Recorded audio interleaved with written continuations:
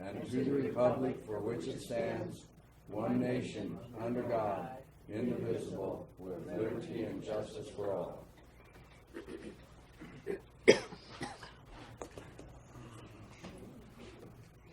She not want to come on?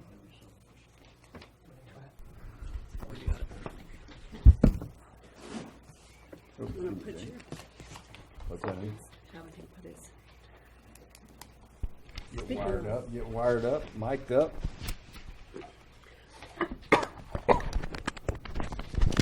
You like Trump?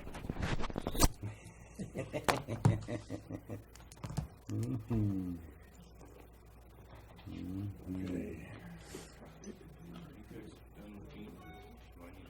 Well, unless you want to come in during the public comment session or something like that. Which will be just in a few minutes. Yeah. Yeah, and state your concerns, put it on the record, probably be good. We'll have a public comment session here in a little bit. If you want to make the audience aware of what we've been talking about as far as you're concerned, you're welcome to do so.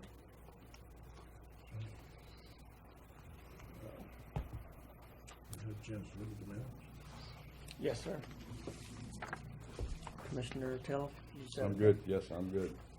Move to approve the proceedings of the Board of Montezuma County Commissioners for January 29th, 2018. Second. It's been moved and seconded to approve the minutes for the meeting of January 29th. All in favor? Aye. Aye. Aye.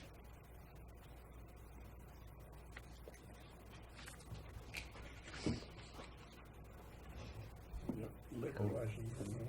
There she is. I couldn't see her back there. Morning, Lynn. Morning, how are you guys? Good. How are you? Did you get to look at these, John? I just glanced at them just now. Sheriff's They're all office has renewals. cleared all three of them. Yes, sir. Okay. I'm going to do them all in one motion. I would move the renewal liquor license for retail liquor license malt wine of the Maverick Incorporated, store number 275 on Highway 491. I'd also move the renewal of a retail liquor license for Hilltop Liquor, 27963 Highway 184, and a renewal for Westview Resort, Highway 145 12092 Highway 145. Second.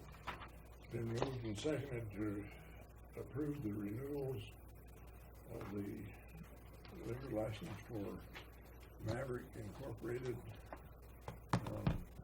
store number 275 on 10223 Highway 491 for Hilltop Liquors,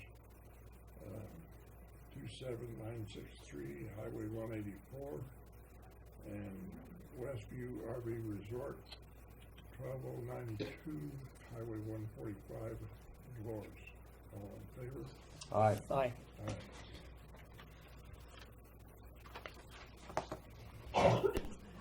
We have a public comment session. If you want to make a comment, to come up to the podium, state your name, your address, and tell us what you have to say.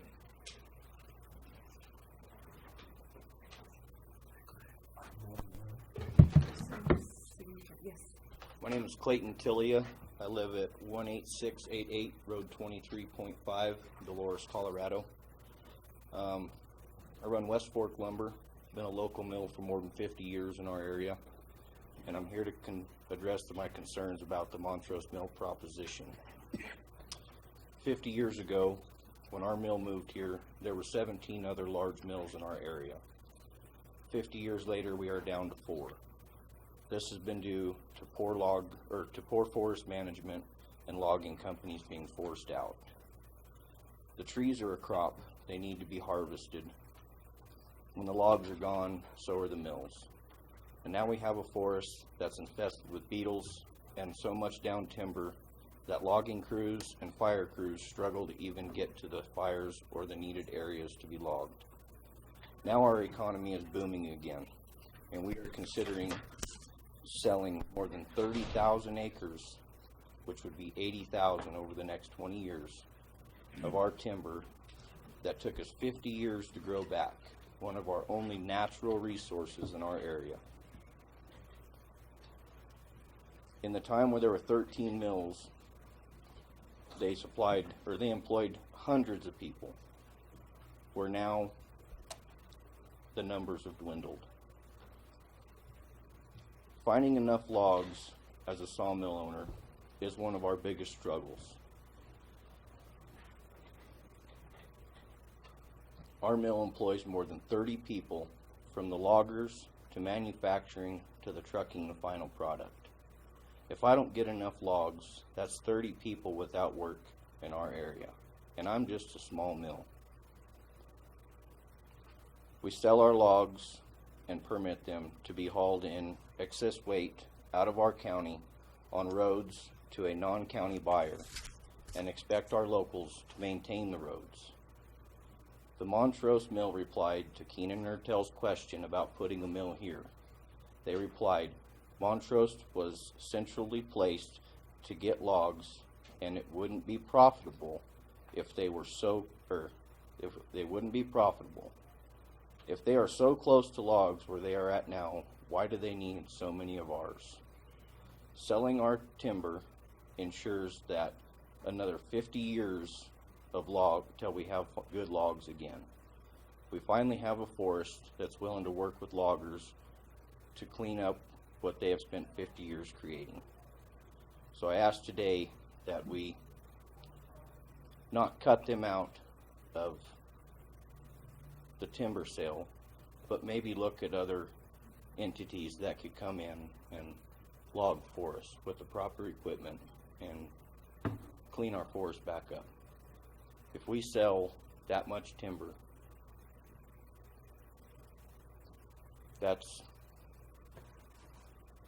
it takes 50 years to grow that back. That's our only natural local resource. Besides oil and gas doesn't grow. Our trees grow. We've lost 13 mills in 50 years. We log our forest out. It's another 50 years till we have good saw logs again. So I'm not saying not cut them out of the deal. I just ask that we look for other options out there. This is the only one that's came forth.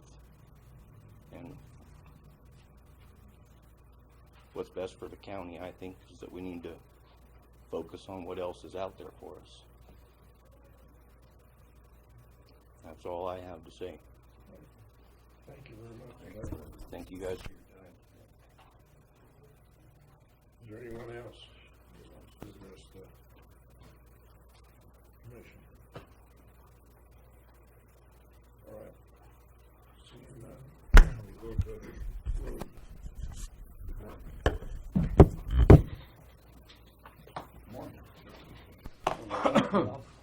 James. Morning, Rob. Good morning. You good? Good, bright early Wednesday. Right early, 7 o'clock, can you make it? Well, it'll be a challenge. We'll have the doors open, Okay. we'll be ready. I'll be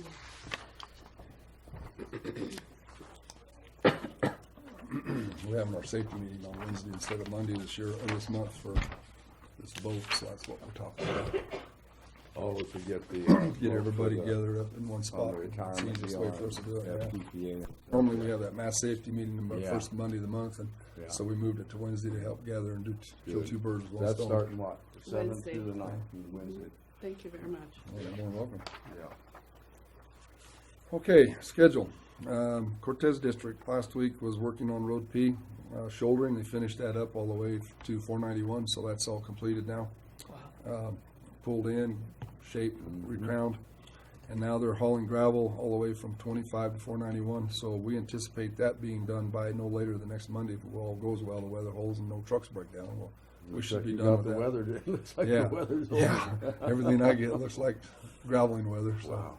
So we're moving forward with that, and then we'll finish up this week. We'll start working on some driveways. Of course, we raised the grade quite a bit.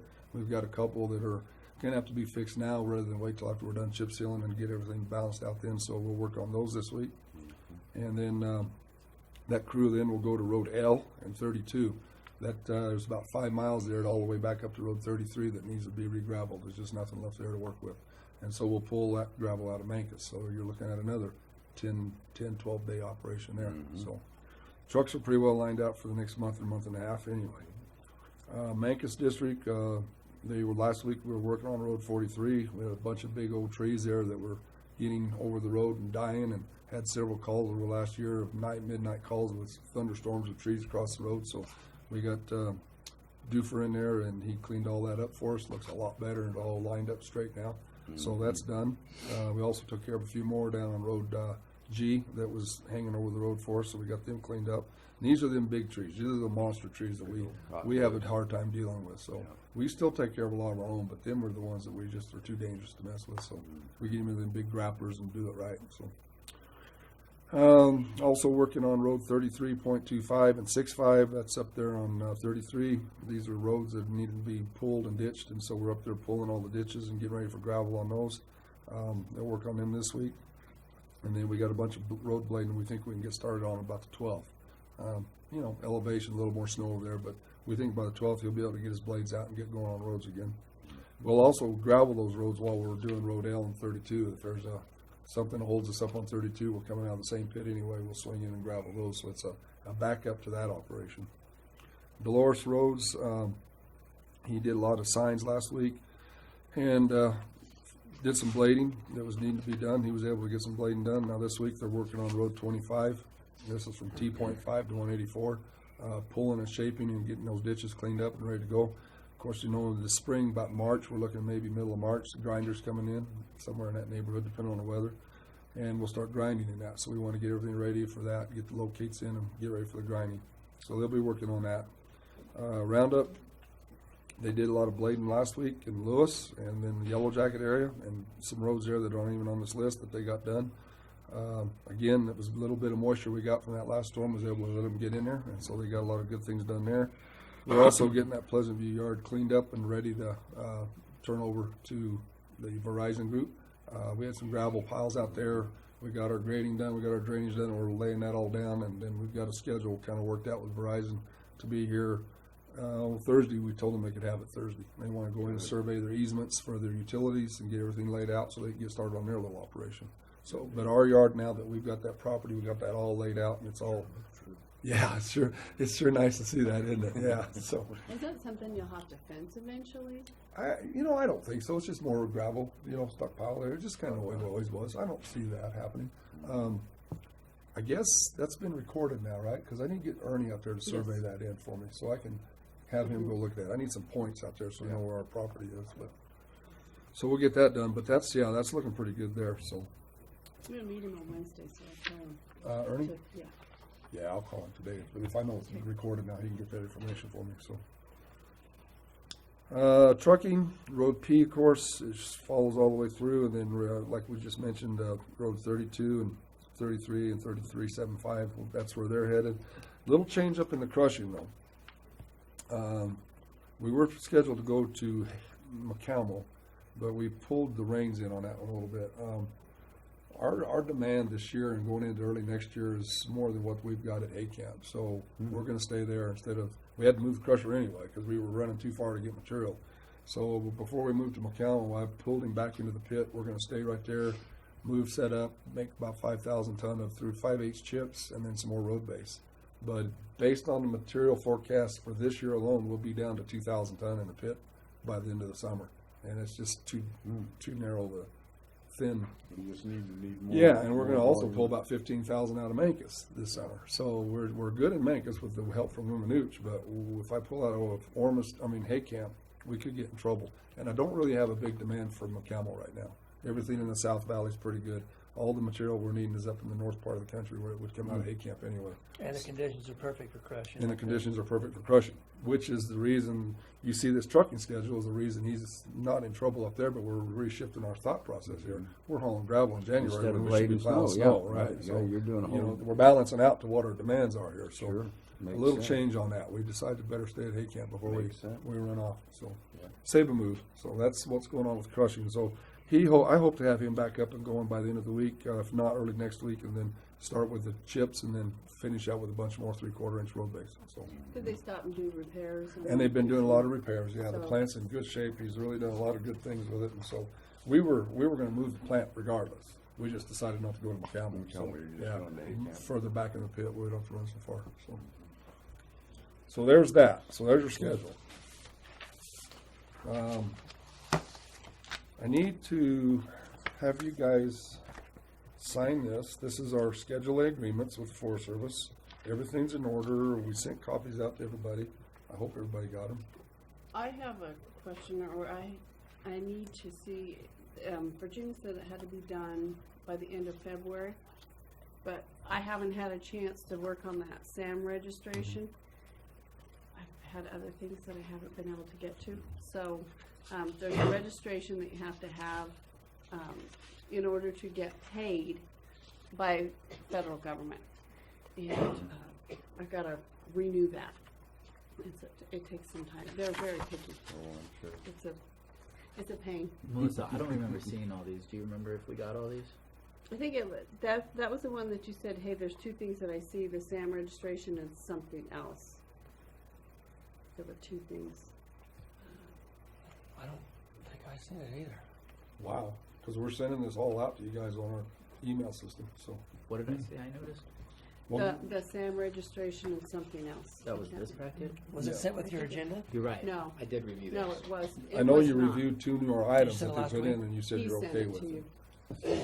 Yeah, And the rest of it's the same boilerplate contract that we've had before, so, got it. got it? Okay. Yep. So would it came under your name, It was- Virginia's probably. Virginia's? Mhm. Yes, it was. Yeah, I remember that. I just haven't got that SAM registration Which, completed yet. which I'm okay with that. I just want to get this off the table and get it done, get this part done, and we'll hold it until we get the SAM done, then we'll submit this back to the Forest Service, so. What about the changes to the Dolores Norwood Road? Stayed the same, like I said at the last meeting, we did not change it to a rural ownership, but we're going to get a service contract from the maintenance department of the Forest Service to assist with that road. And we're gonna get an agreement to go do it. So basically, they still have responsibility over the surface treatment, which is the right way to do this, and now they're giving us a service, a contract to go gravel it. You know, now how we pay for it is whatever they can afford to help with, they will, but we're going to proceed with doing the surface treatment this year. I'd like to start on as early as possible. I went up last week and looked at it, and it's way too early for now, but, you know, or as early as we can. The more we get done on these lower valley roads, the quicker we can get on it this spring and get it gravelled. Now, Forest Service is more than agreeable to work with us on that, a contract agreement, and that's not the issue now. So now it's just a matter of when the weather's right to go do it. So, but this had to be taken care of in that manner, and that's how they want to work it, so. So basically, if you look through the responsibilities, Road 31 still belongs, surface treatment still belongs to the Forest Service, as it always did. And then they're gonna give us a contract to go gravel it under a service contract. And that's all in the making, but we need to get this signed before they can do that, so. Cause this is all new stuff, new 3-year contract, so. Mm-hmm. Do you need a motion for this? Yes. I don't know how you'll even say it, James. If you just say the Schedule A agreement, Yeah, I think so. It's pretty much boilerplate. just this, Mhm. property force.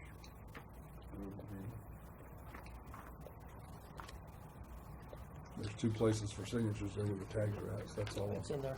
Okay. Move to approve the cooperative forest road agreement between Montezuma County and the U.S. Forest Service, San Juan National Forest for 2018. Second. Been moved and seconded to approve the cooperative forest road agreement between Montezuma County and the USDA Forest Service on the San Juan National Forest. All in favor? Aye. Aye. Aye. Oh, we all got signed. Yeah, it's kind of a process there.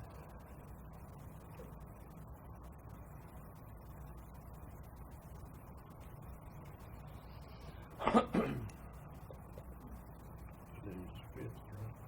Mm-hmm. There's one more. Oh, yeah, you might. It don't matter. If it's set next set of tabs there, right below you there, there's one more place to sign there. There you go, right there.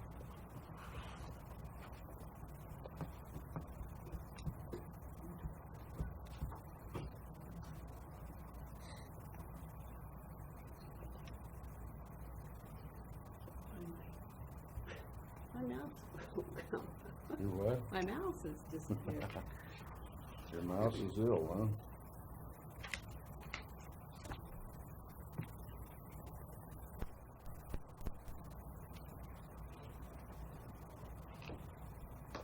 Yeah, I'd like to get started on that road about May.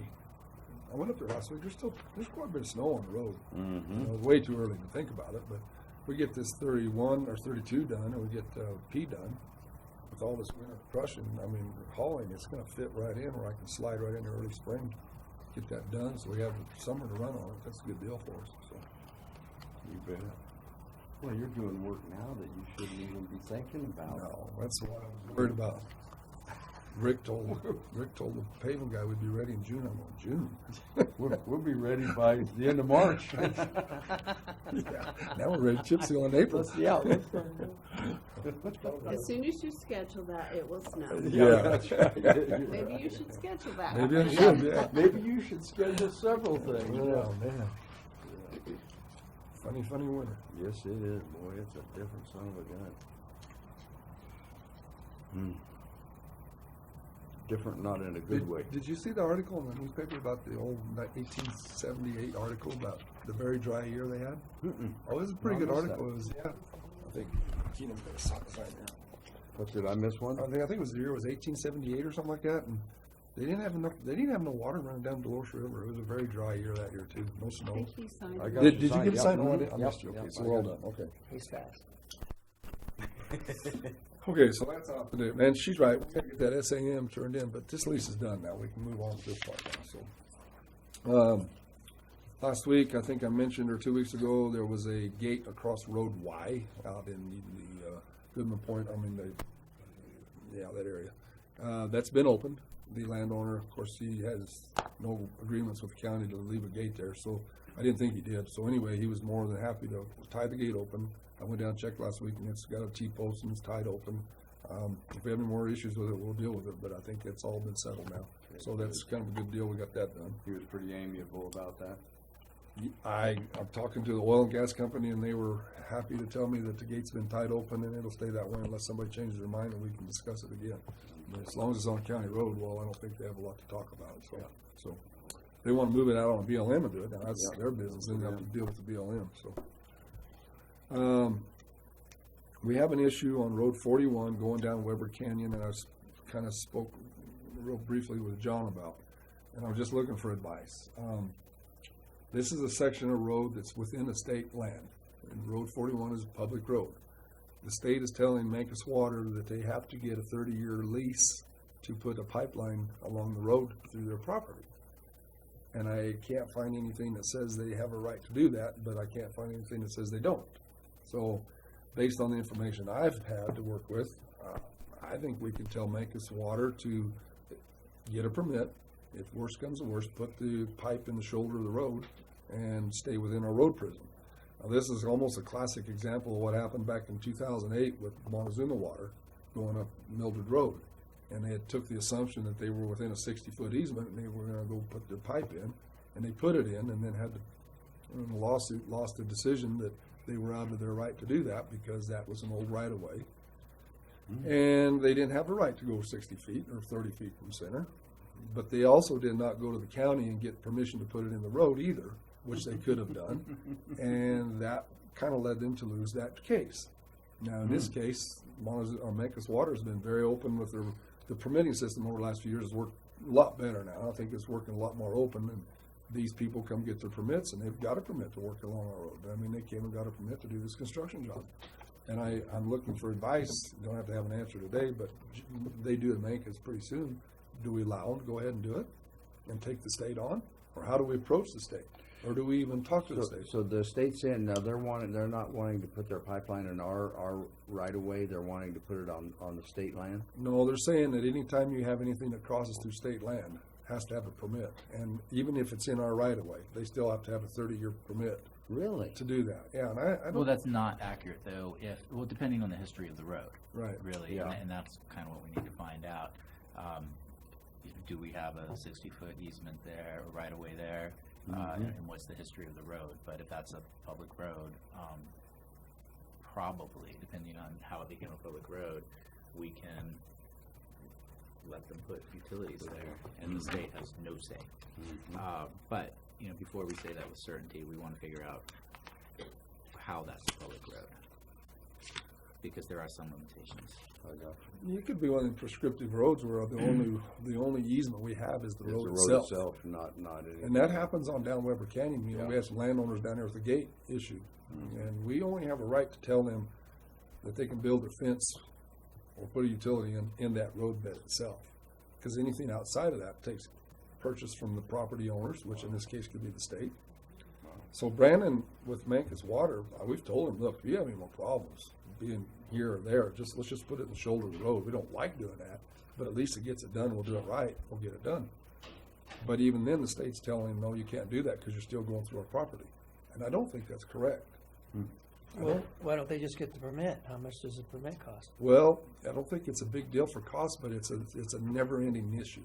You put it in, and then you got to do it again in 30 years, and it has to go through this whole process. Renewing the lease, so it's like. Yeah, like a and lease. they're going to all this trouble putting in this really good pipe, but it could be there for much longer than 30 years, and they don't want to go through this lease deal again. And I don't blame them, you know, and I'm willing to work with them to help them put this utility in so that it goes away and leave everybody alone.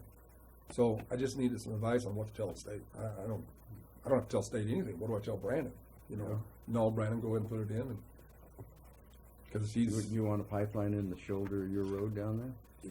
in that area, that would be the best place to put it. You know, it really would. It would be better to put it there. It's a swampy, sloughly area, and it'd be better to put it up in that road base where there's some strength to it. Where they've cleaned the ditches, they've got the water running good, and in all honesty, Keenan, it's probably a good place. It's a short stretch. It's not Mancus Water that refused to let us get water along with MVI when MVI held us out No, of there. This is the drinking water. Drinking water, Yeah, okay, so- this is their rural water. Okay. So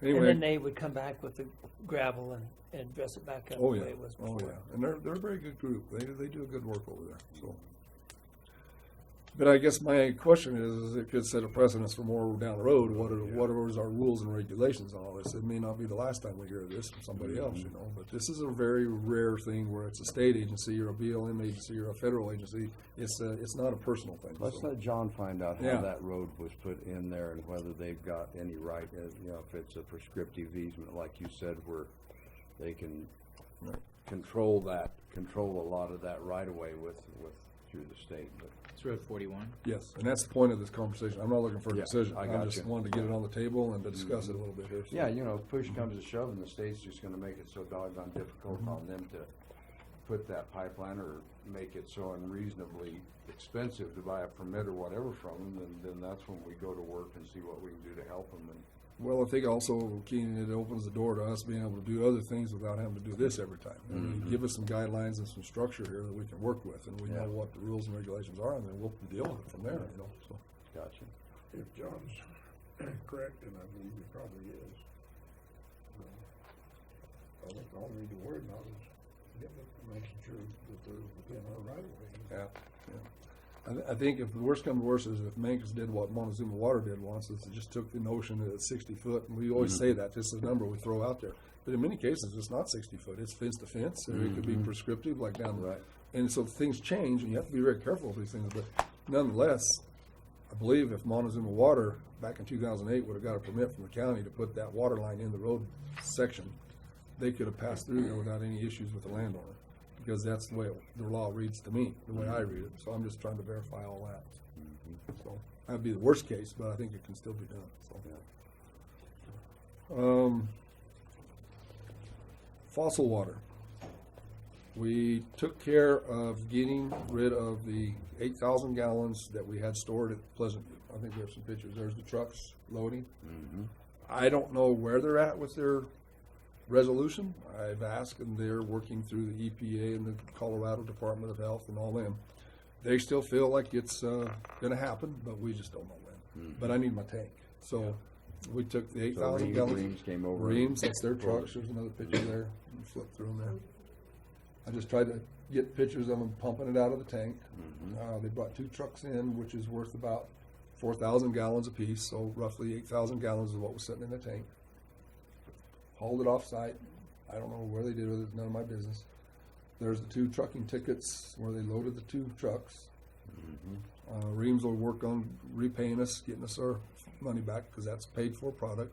Give us our money, or right now I'm carrying credit. If they get their business in order, I've got some credit with them. If not, well, then they'll pay us. So there's a letter to Reams, a copy of that I'm putting on record of asking them to take care of it. There's one thanking them for coming and getting it. So I think as far as I'm concerned, business as usual is closed with Reams as of now. Tank's been flushed out, and we're going to start loading it with mag chloride. So I need to get some mag ready to go.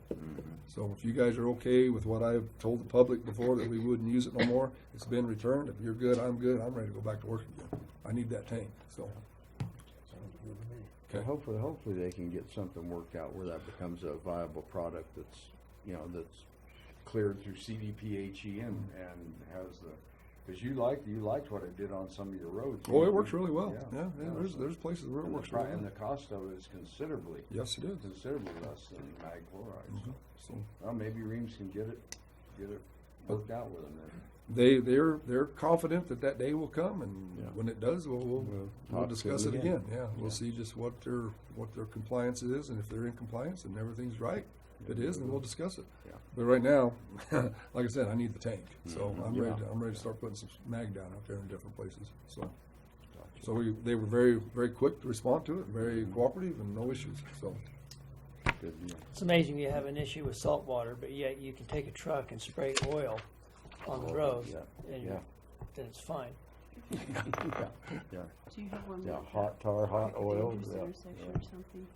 This picture? oh yeah, this one has kind of tickled me because Hey, did you build that? Where'd you build that? that's my plan for I love that. BB&8. I like that. I like that, Rob.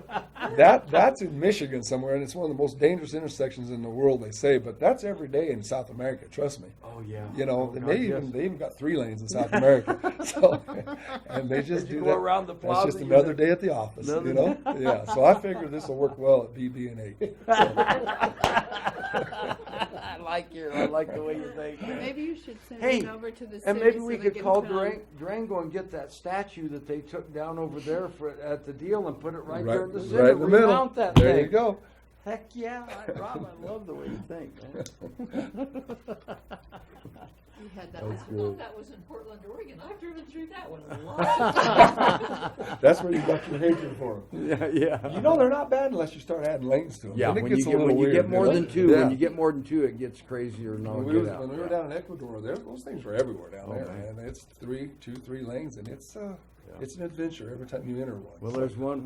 There's some movie, European Vacation, where old Chevy's in that one in London, and it's about 8 lanes, and he's sitting there, and he's going around to that thing all day long. He never gets out. He never gets out of the thing. Okay, I think that's it. All right. We need to discuss a little bit. Has anybody talked to you about what the forest, or what Montrose Forest Products is asking? It looks like that the Forest Service is going to release finally. They're going to start off with 30,000 acres of pine. They're going to release for sale. It's, if I understand it right, we're 2 years out before it actually happens. But Montrose is asking that we agree to let them haul on county roads with the same weight limit that CDOT has on the highway, which is 97,000 pounds. 97,000. Our roads or Dolores County roads? Both. Both? Yeah. Okay. Yeah, there'll be both. They'll be on 16 from the county line to the 491, and they'll be up on the Dolores Norwood Road. So we need to discuss with you before we sign a resolution to do this, to be sure that we can keep our roads up to the, Well, I don't like 97,000 pounds on our little chip seal roads. I can tell you that. So that's a lot of weight. We do, sometimes we have to do it because we have to, but we try to avoid it. We go around it, we go over it, we dump on gravel roads loaded and then try to come out on empty so we don't tear up our chip seal roads. So that's an issue that I'm worried about. I hate to hear Dolores Norwood Road is going to finally get some attention and then we tear it up with 97,000 pound trucks, but I guess that's the business we're in, so I better look at that. I have been told by the Forest Service that they were wanting to work with us if we could on using some of our gravel out of the Ormiston pit to lay over the Ormiston Road all the way over to the Dolores Norwood Road. They want to re-gravel all that. And for that weight reason, that's why I asked if it was Dolores County or ours, they wanted to increase the structural strength of that road for handling these heavy loads. And so they were asking what we had available in that pit for gravel. I know that much, you know. And I didn't know Dolores Norwood was part of the conversation, no, so. well, I'm not sure. I assume you're gonna start it on, Like, like, That's the plan, yes, but there would be other, roads in the Mancus area where they have some existing timber sales that come out, like the Millwood Road and Chicken Creek, where there's a need to do some work there also. The initial focus would be in the beetle affected area. Rob, could you, in part of the negotiation with the Forest Service, we or you or us, get them to commit to the fees that they charge these haulers, these logging trucks, that they charge for the gravel knockoff on our roads? Get them to specifically agree to put that money back on the roads that they're charging the fees on? Well, I can ask them, but I don't think I can get them to do anything. They do whatever they want, so. I know they do, But I can sure ask them. What I would really be interested in tell them is, we expect them to do that commit- because yeah. we're committing our roads to that project, and that's where they're generating the fees, and those fees should be put back on the roads that generate the money. well, what concerns me here is that they're talking to me, but they're not telling me anything. They're telling me Dolores County's gonna get a bunch of gravel, but we're gonna go Dolores Norwood Road and we're not gonna beef that up to handle 97,000 pound trucks. Then I think maybe- they have a commitment under that agreement, Yeah. Schedule A. It's Yeah. still their commitment to make that road right. Yeah. See what I'm saying? Now, whether I can get every nickel and dime out of a logging truck out or not, I don't know, because they put that money where they think they need it. But I know they they do. ought to at least step up to the plate and help us build this Dolores Norwood Road, even to the point of more thicker chip seal grade or maybe even asphalt. I don't know. 97,000 pound loads are heavy. And I'm not afraid of putting them on gravel because it's easy to fix that one. Yeah, You know, it's but on I- your chip seal that Yeah. really. We've held off the CO2 industry for almost a year now on Road 10 and BB just to let that stuff Let get that healed stuff up. get- yeah. You know, we don't want them heavy loads on there, you know, so. Yeah, I got a little concerned with that, yeah. well, To be honest with you. can you build up chip seal enough to handle it or not? Yeah, I think that it really isn't the chip seal as much as it is the base. Base. Get the base built up more. Maybe build a heavier section of base and give it a little more time to settle down and be right. You know, be harder to hold that load, and then the chip seal, chip seal's chip seal. You know, it only lasts as long as it will.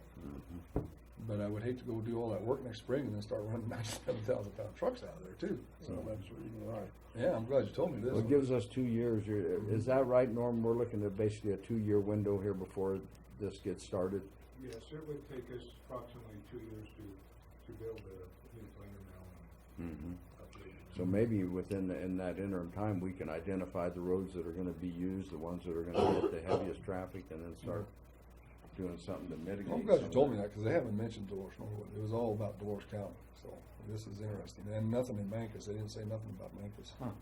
Well, they did a little bit, but it's all gravel roads. Chicken Mhm. Creek, that's all gravel Right. roads. So they actually up there, they did say they were gonna do some logging. They wanted to go ahead and work with us on some service contracts to do a little graveling on some of the rougher points and the corners and things like that, which we've talked about. But yeah, this is a different issue now with these bigger, heavier loads on Dolores Norwood Road. So. But the first timber sale, you probably wouldn't even be using the Dolores Norwood Road anyway. You'd be going the other direction. If that's, I don't know which one's the first unit. Is it where the Bug Kill is? If we start in the Bug Kill area, then that would go over Bradfield Bridge out to Yeah. 491. Anything that's closer than that, like Salter Y would probably come out Dolores Millwood Road, and then Lancaster would just come out to 184. Do you have any idea, the sequence of the sales that they are thinking? We may actually operate some at the same time to minimize the impact of one area. But again, I'm sure that the main focus initially will be in the bug infested areas or areas that are due to be immediately infested by the bugs so that we can slow them down, which would be in that Lake Canyon area.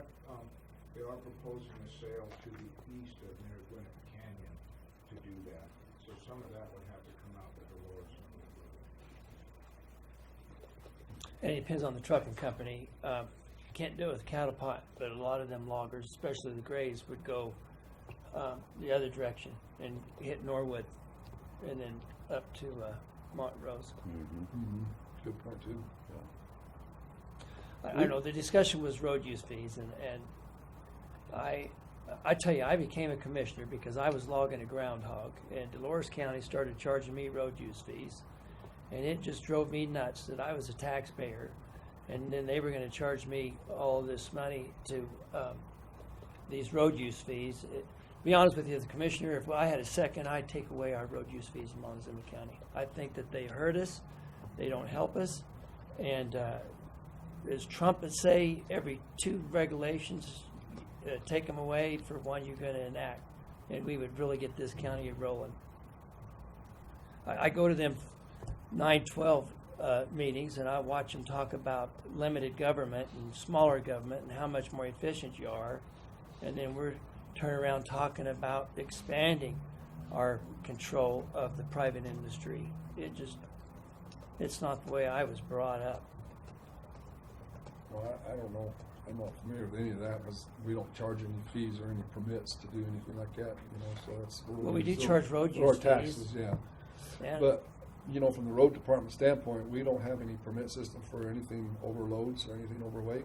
We follow CDOT guidelines, which is 85,000 or 84,000. These 90-some thousand are on permit only through CDOT. So I don't know how to handle that. We don't have a permit system for any of these heavy loads.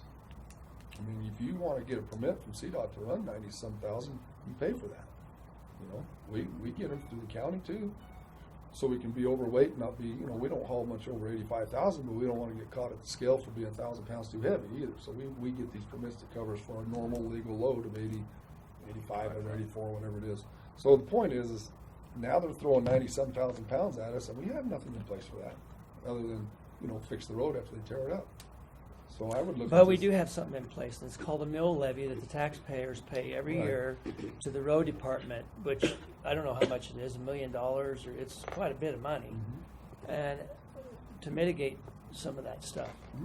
It's not like we have this huge problem in this county about too much business going on. We don't have enough going on. No, I'm all about the business. I'm happy to let them run the roads. I just don't know about these big, heavy loads, what it's going to take to keep the roads in place. It's a question on my end. That's my primary concern, is what it's going to take. I'll tell you what tears the roads up more than anything is the teenager driving 80 miles an hour on those gravel roads. They throw more gravel off those roads than them logging trucks. I've personally seen it. Out-of-state hunters. We don't charge them. I mean, why do we selectively pick which industry we're going to stick it to? I'm not picking any industry. I'm just saying that 96,000 pounds is a lot of weight on these little chip seal roads. That's all I'm saying. You ask me a question, I'm going to give you an answer of what it might do to the road. I don't know. It'll hold up for a while, obviously, and I'm glad to see the Forest Service is building their structure a little deeper for it. These roads are there for everybody to use. You're right. No problem. Just it may fall apart on the chip seal. So.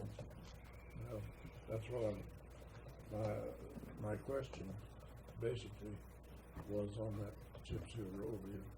If you add another layer or two of chip seal, sometimes is that?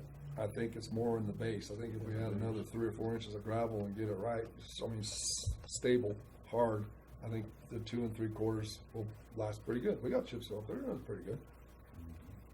this 98,000 or 97,000 pound thing is, I don't know. I don't have an answer for that. It's a lot of weight. You know, the more you pound on it, how many loads are we talking about? 1,000 loads? 20,000 loads? What are we talking? Talking about 20 years worth of. Yeah. Worth of 20 years and time. Time's a big issue. How many years will chips only last? 5 or 6 years anyway, you know? So, They're talking 25 years, so. yeah, okay. So I think all we gotta do is, I think it's called Silver County, and it's there in Salina, Utah, and they have the coal trucks. They have 100 and some coal trucks that run every day. I don't know how much they're hauling, but it's gotta be 100,000 or it's heavy. Yeah. They go down that interstate, and then they turn off there by Salina, Utah, and they go down there to unload that coal, and on those county roads. All we'd have to do is call up their road supervisor and say, hey, how bad your roads get tore up and how often do you gotta replace them, what do you gotta do, and then we would know. Well, Somebody that's already experienced it. Why are we trying to invent the wheel? I'm not.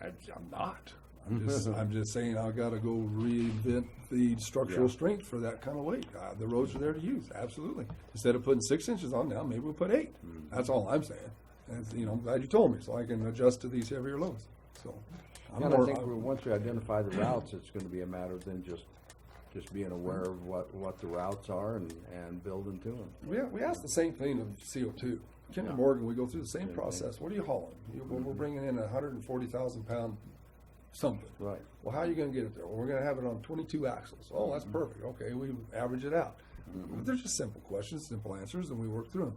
Sure. We put them on designated truck routes. We don't run them down Goodman Point. We don't take them out Road S. We make them stay on truck routes. They're going to tear up a road. Let's just tear up one instead of 20 of them. I you know? think I think we look at the same deal with this. That's right. Absolutely. So, you know, I'm glad you told me, James, so I can go plan on 10 inches of gravel now instead of 6. You know, that's all it boils down to. Mr. Commissioner, I'm not trying to say we're not shutting it down. Let's just adjust to those weights. Yeah. That's all I'm saying. And keep.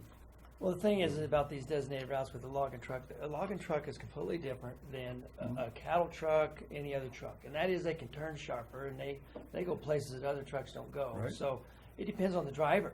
You might have a driver that lives in Norwood and he's like, well, why am I going to go down the Dolores Norwood Road instead of going across so I can stay the night because I can't unload until 7 o'clock in the morning or whatever their loading is. There's just so many factors that the more that we get our nose in their business, the more we hinder their business, in my opinion. Well, if you feel like I'm getting in their business, tell me. Because I'm not. No, I know, but Okay, I'm just trying to saying keep that the roads open. I'm just trying to I- build them so they'll hold up. I just cannot stand the fact that we would even talk about road use fees for an industry that's been gone for 50 years. We're trying to get them back. Let's do everything we can to put in place to hinder them coming back. I don't think we'll promote road use fees. Well, it was brought up this morning. Well, brought it up for a discussion, that's what. Oh, well, I wasn't part of that discussion because I No, don't no. charge any road fees. No, we were talking So, to, okay. I thought I was mixed up in something here I didn't even know about. No, so- no. No, Okay. That happens to me quite regular. so. Not the first time. No. So, You're after the fact guy. yeah. No, the mixed up part. So, yeah. Well, what my concern was, is that you need to know and need to plan ahead so that we can build the roads up to. This is excellent information for me. I had no idea Dolores Norwood was on the table for these heavy loads. The Forest Service never mentioned that once. They talked about Ormiston, they talked about Mancos, but they didn't talk about that road. And here we are getting ready to go in there and put a bunch of money into a road out of our pocket. Hopefully they'll help. Now I know they're going to help. Now you know So, they're gonna. yeah. So this was good information for me on that You bet. standpoint. Now, as far as fees go, I don't know. I'm not part of that conversation. So, That yeah. was just a discussion point that has nothing Okay, cool. to do with anything right now. But, And 16, Road 16, that's a good road down through there. So, I mean, it's it's not Chips Hill. I'm not worried about 16 come out of there, you know. We'll just have to take care of business as usual. So will Dolores County. I had hoped that you'd chip seal 16, but not now. No. But we've made a lot of progress out there in the last 3 years by blending that gravel back in, and that's a good stable road. It's not ever going to be again, Mike James, maybe this will push people to use 491 through Pleasant View and use DD instead of all that 16. Well, You know, that was the thing I was thinking about this morning. If when they start having logging trucks, direct them to take up and use the. Well, not just logging trucks. I don't wanna get Larry Don fired up again here. How about anybody? How about all of them? I'd like to see that a designated truck route, just like we do on the rest of them. Right. That is the right way to do it. That's why we pay our state taxes for the state highway system. Let's put them on the state highways and minimize the damage to the county roads that are not built for that. Makes sense. We do it every time we haul. Every time I'm getting smart around you now. Every time we haul gravel, we make those trucking companies use that truck route. We do not allow them to use Road 16. And if they do, we get phone calls from the neighbors, thank you very much, and we shut her down, you know? So that's the way it works. So, No, That's a good idea. I see no reason why can't make 16 and be the truck route. that's the way it should be. The road is very capable of handling that. And it's a gravel road, it's a good gravel road, and those are the kind of roads we can maintain. Yeah, it's a whole lot safer. Yes, yes, it is. All by many times over, yeah, so. I just watched a business with 100 people go out of business, Ponderosa Timber, because of these kind of things. And so I'm very passionate about it. I don't want the same mistakes repeated that ran that business and the other 12 other salt mills out. No, I think we should And so support it. once you get, if you can get the Forest Service to finally agree with something, which is a miracle, and then if you have local county government start getting in the mess, it's never ending. And finally, these guys that's got a bunch of money in their pocket say, I'll just keep it in my pocket and I'll go to the beach. I don't need to put up with all of this. I do totally agree with you. And the roads are there for our use and our industry, so we'll just build them to handle it, so. But I don't think designating certain roads for Haul for routes. heavy haul routes and stuff is going to, if that's gonna put one of those people out of business, then they got no business being there anyway. Right. I mean, just designating, unless you're making them drive 100 miles out of their way to stay Right. on, which we're not gonna do, but. We don't But you- interfere with. No. Road 15 is a main road to get to the helium plant. We don't interfere with that. We fix our roads. We get nothing in return for that. But it's part of the industry, it's part of the business out there. And, Yeah. you know, they use 15, we have to go blade it and fix it all the time. Dolores County don't send me a check once a month. So, that's just business, you know, Yeah. that's the way it is. And we certainly don't get in their business. Okay. Clear that way, too. Well, I'm glad you Stay did. on top of it, this gentleman back here is the one you need to talk to. Oh, no, there's no fees, there's no road use fees, there's no just, I mean, as far as, finding out what yeah, what routes and all that. route. Well, that's good to know, so. We'll go talk to Forest Service next. There may be other people come in and start bidding on this. If the Forest Service will release some funding, but, at the moment, these are the people that are. Good. I'm good, I'm glad, I'm just wanna make sure where the roads are built to handle it, so. That 25 years of business, we need to do it right this time, not next time. Yeah, so. Well, you're still here. We got Hufta? Yeah, Doug's ready for All right. AGTF. Well, we do have state fees for vehicle registrations and gas tax coming back to us, so that's good. Where's the maps? How many do you have? One for me? One for the three commissioners and Rob. Maybe one, I'm sure. Here's the summary.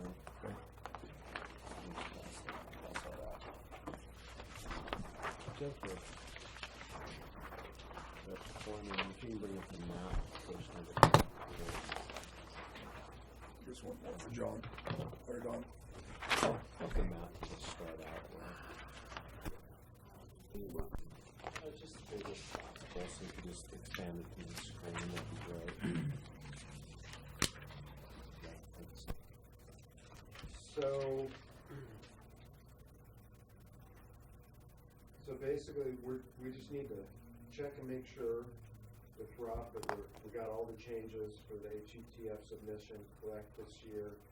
Mainly what we're looking at is the surface change, all the roads that we did, that were gravelled, that we did pave, that's what's gonna make the biggest difference. The other changes that we do report to the state are when we do rebuild roads, reconstruct roads, which obviously there were quite a few roads that went from a chip seal surface to a fully paved surface.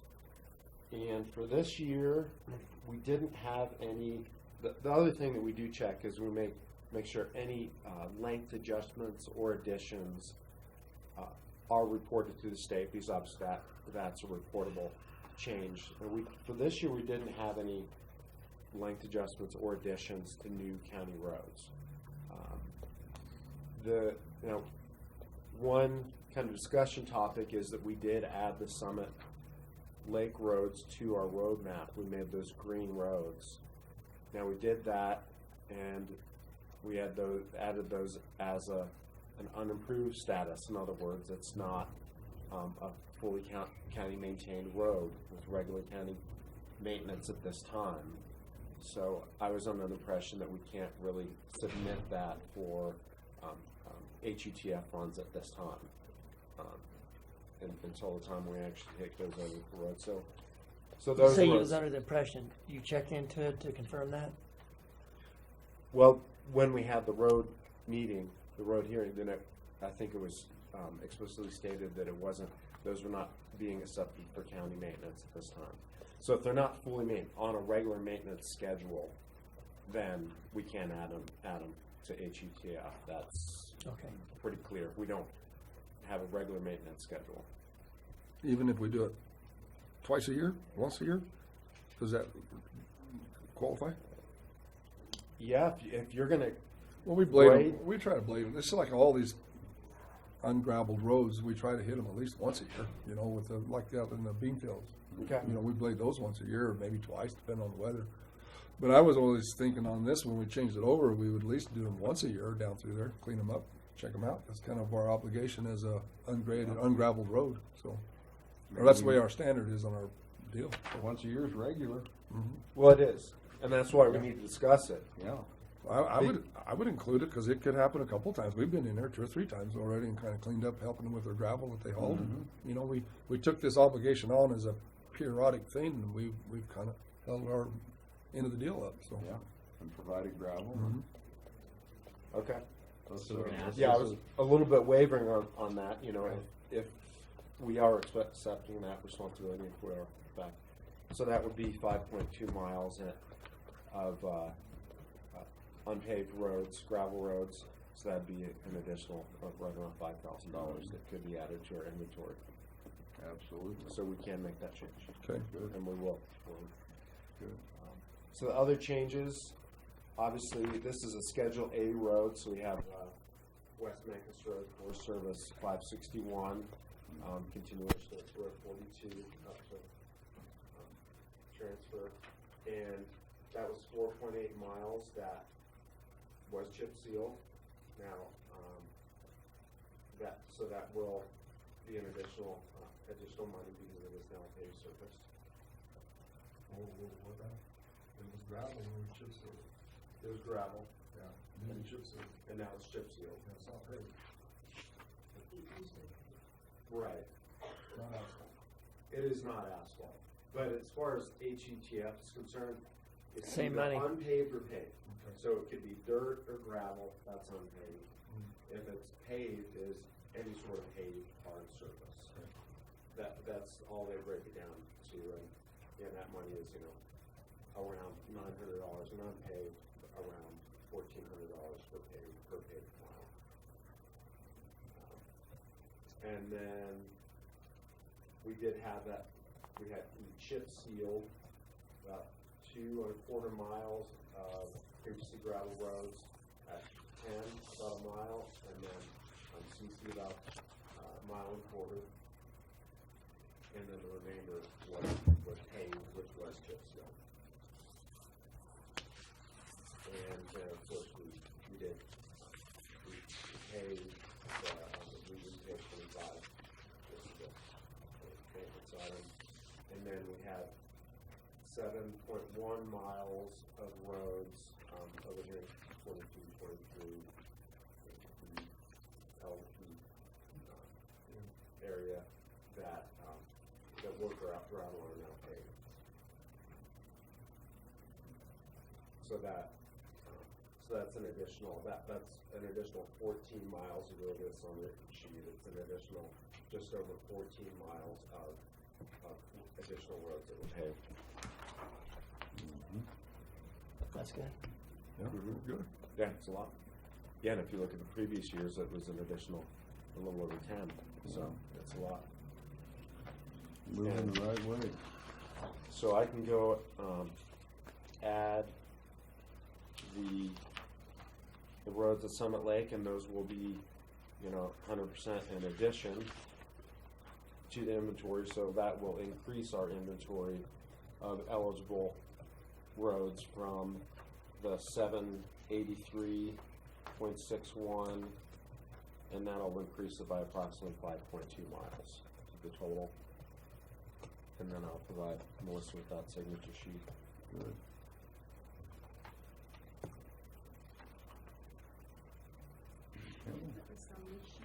That look good to you, Rob? Yep, that's right. Yeah. I think we got it all. This one? And those HUPTA funds go straight to the road department? Yes. Quarterly payments, I think. They're monthly, Okay. around $200,000 a month. See, we just got you $5,000 more. 200,000 a month? Isn't that right? Yeah. Yeah, it's a little over 2 million, right? 2.4 million, yeah.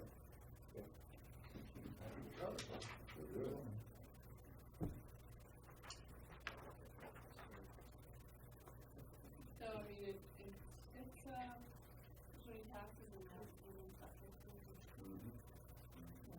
Every mile counts. Every month, yeah. Critically important. Absolutely. That's essential stuff. Yeah, those are fees that we pay, and then we give it back, so. Make sure he gets a copy. Yes. Okay, I'll make this change. Do we need a motion for this? Oh. To approve Let's it? do a motion for it, Okay. to accept it as proposed As, will be as corrected. and amended as Or proposed As, now. as amended. Maybe we need to wait. Or you only need two of you, I guess. What's that? You only need two of you, I guess. We'll catch him when he comes in. Second. Yeah. We approve the HUTF funds, road funds for the reporting year of 2017 as amended in this meeting with the Summit Lake roads added. Second. Been moved and seconded to approve the HUTF road work and changes for the reporting year 2017. All in favor? Aye. Aye. So that's amended.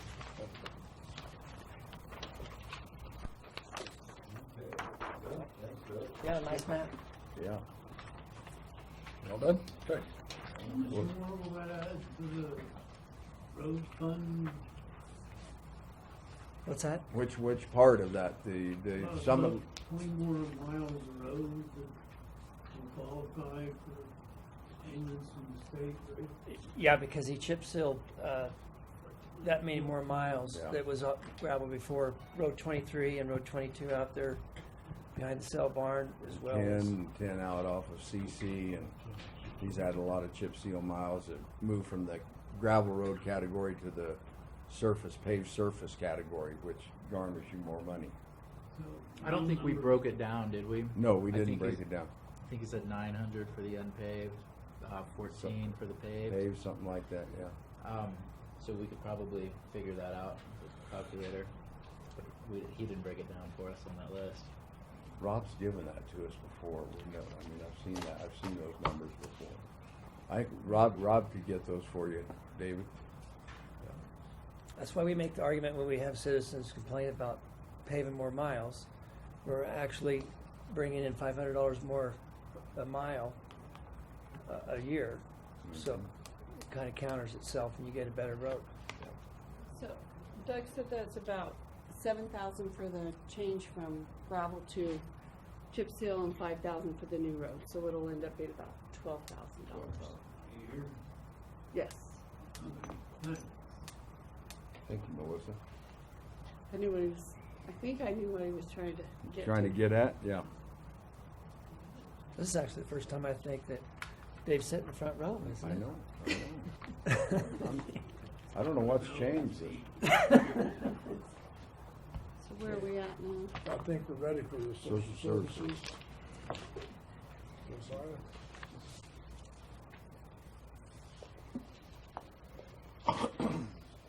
Morning. Morning. How we doing? Good, you? Good morning, son. How we doing? So how'd your badge work this morning? Did you guys get in? They let me in, so I went to work. I'm polling people. Yeah, mine worked just fine this morning. Mine did too. What is the status then on this resolution that we're talking about? We're gonna make some changes? Or what? Yeah. I mean, we need to make changes because it's just, at this point, you just present it. And, one thing I spoke with James Dietrich about, sorry to be taking up you guys' time, is I don't know that we really want to make it company specific, which is what he put in that draft, to only allow Montrose Forest products. I mean, just because over the years, we don't know if that might change or whatnot. I mean, I think maybe it's okay to make it product specific. He has in there, we're only talking about wood loads that are allowed to exceed and where we're allowing over 85,000 pounds or whatever. And that's okay, but I didn't think it made a lot of sense to make it company specific. What is the purpose of the resolution? To say that It's I don't know. Maybe a policy statement. That's it. There's not a huge purpose of it. Support the change, or support the industry, basically. It's basically a policy statement. There's not necessarily. can't we just say, hey, we support the logging industry? Yes. And Basically what this, when we get it refined, basically what this is saying. But don't they already know that we support them? I mean, if we ever did anything that It just makes it official. it's official, we support the logging industry. I don't understand. I don't understand. I think that you're interpreting it correctly.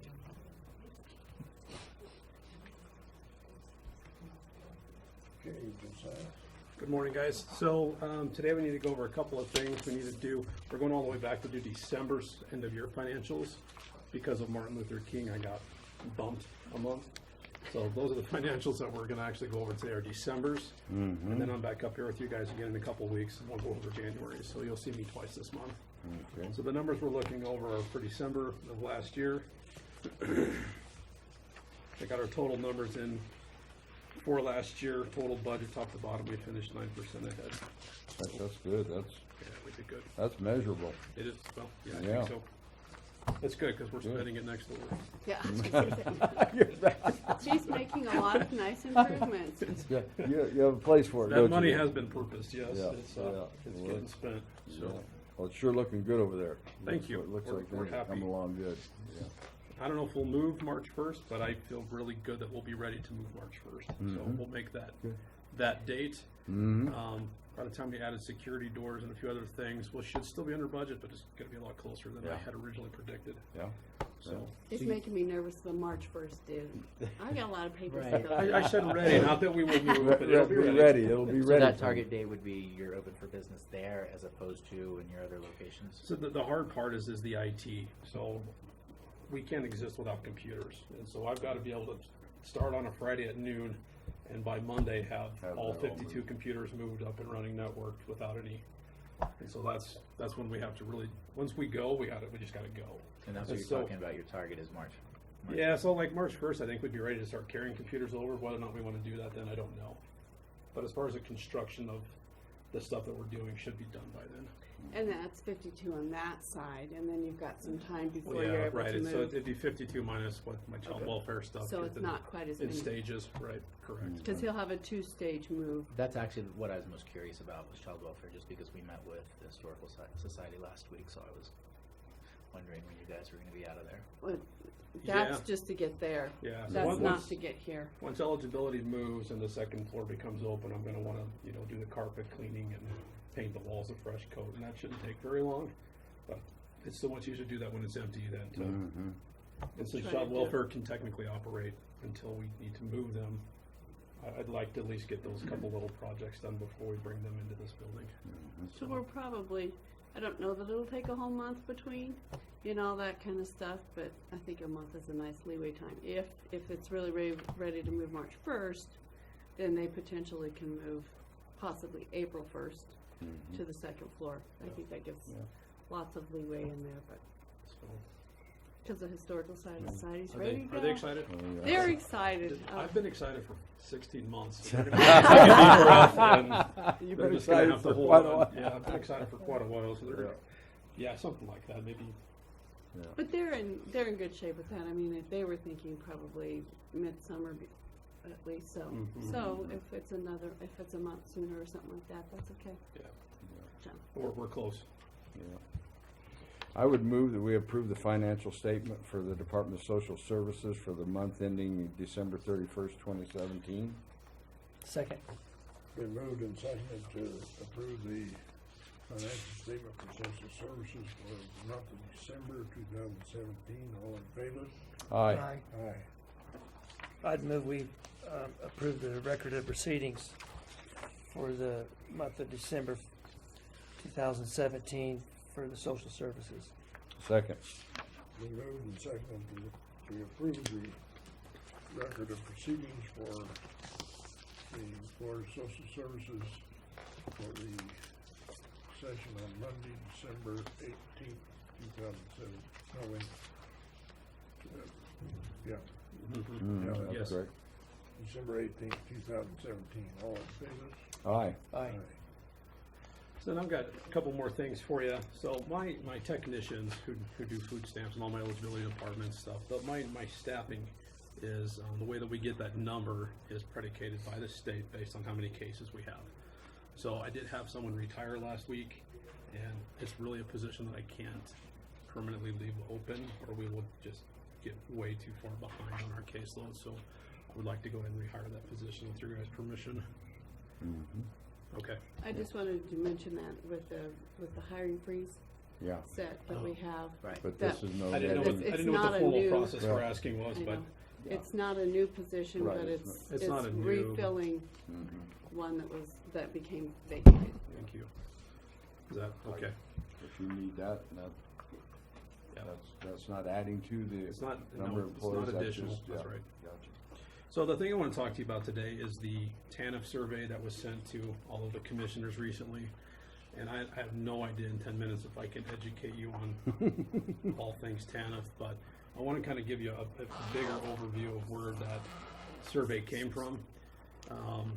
So TANF is temporary assistance for needy families. So across the, it's a federal-based set of money, comes from Washington DC. Washington kicks in 16.5 billion with a B into TANF.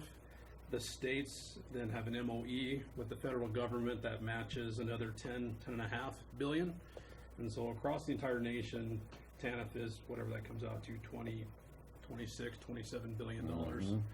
By the time that comes to us, we have just over $1 million in TANF funding from Montezuma County, by the time that all filters itself down. And so we pay $12,000 a month to the state to have TANF. That's part of the MOE agreement. That's our cost of operating TANF funding is $12,000 a month. In return, we get $1 million in this specific line item.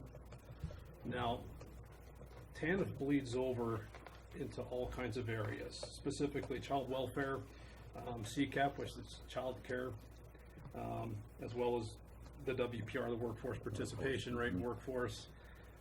And so talking about TANF in a silo is really hard because it touches all kinds of other funding lines and other kinds of departments. Now, what's amazing, what's good about TANF is it's the one spending line that as long as we stay in our boundaries, we have total freedom to spend it how we want to spend it.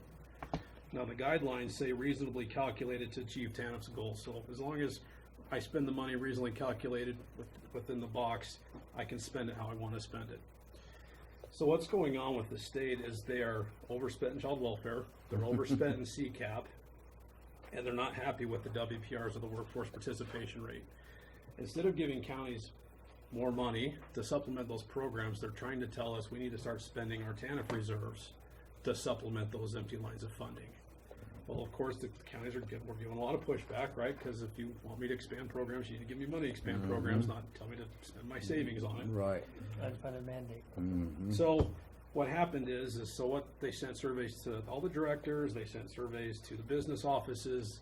They didn't like the answers we were giving them. Only about half the directors even filled those things out. So then now they're sending them to you guys. And this is my real legitimate fear is they're trying to collect this data to say counties don't know what they're doing spending TANF freely, so we're going to give them parameters on how to spend it. When that happens, that makes me living in the black really hard, because right now I have the freedom to put this much into works and this much into child welfare as needed and this much into CCAP if I'm overspend. And if they take those parameters away from us, then my job becomes a lot harder. I found the survey that they sent out to be incredibly insulting. You know, they're asking what's your educational background, what's your finance background, like, do you have any reason at all to be spending this money? Right. And they put that in your survey as well. I personally have found it insulting.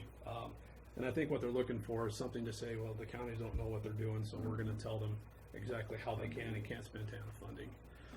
So I will break TANF down for you and how I spend it in this county. And we can always move in a different direction if you guys want to move in a different direction. But for us, of that $1 million, 550,000 of it go to contracts. So right now we have contracts in 5 different agencies. The health department, we have contracts in Pinion, the recovery center, Renew, and who am I missing? I probably had 5. Health Department, New Opinion, Recovery Center. Okay, I guess we have 4. So right now, about $500,000 or half of that line item goes to contracts. Now, within my spending parameters, I can write a contract for a staff position as long as they are serving TANF eligible clients. That's an approved expenditure for TANF funding. So what I do is I take that, let's say $50,000, I turn that into a salaried position that then works with 200 people in our community. And so that's the primary way I spend TANF funding, is I think I'm touching more people, helping more people by doing TANF contracts. Does that, the health department, do you know what it's broke down, how much they get? 550. It's one full-time position, one FTE. So it's 50? About It's like 4,000. $4,000 a month, I think, is what we send over there. So the biggest one is probably the Pinion? It's not even close, it's the biggest. And again, so sometimes I say we're buying a position, what we're doing is buying evidence-based funding programs, or we're buying a position to run an evidence-based funding program. And Opinion has more programs running through them than the other places we give money to. Do you think that's where Pinion got the money to buy the city hall? No, they would not be allowed to turn around and spend Okay. TANF funding. No, you cannot spend TANF funding on any capital gains. That's a huge no-no. So I don't know where their cash came from, but I know it didn't come from TANF funding. I'll tell you what's ironic. It about- better not come from TANF funding. I'll tell you what's ironic about City Hall, and that is that the city of Cortez, I don't know if they had 12 or 15 employees, but they said that they didn't have enough room. So they went and bought the $5 million, spent $5 million for the City Hall. And if you go down there to the new City Hall and go down there where the basement is, you can see 18 people working in cubicles. There's actually 28 people Working in that building when it wasn't, Too small. it was too small for the city. Yeah. That's what's wrong with government. Yeah. No, Pinion stuffed a lot of staff in that building. They have over 40 in that building. If you want to know. Well, and I think the difference, one of the things that they had a problem with was parking there, and so the Pinion had to make special arrangements for parking because they were putting more Parking is an employees issue there. for them moving to Main Street, yep. Well, what do you mean, that the city employees were driving 2 cars to work?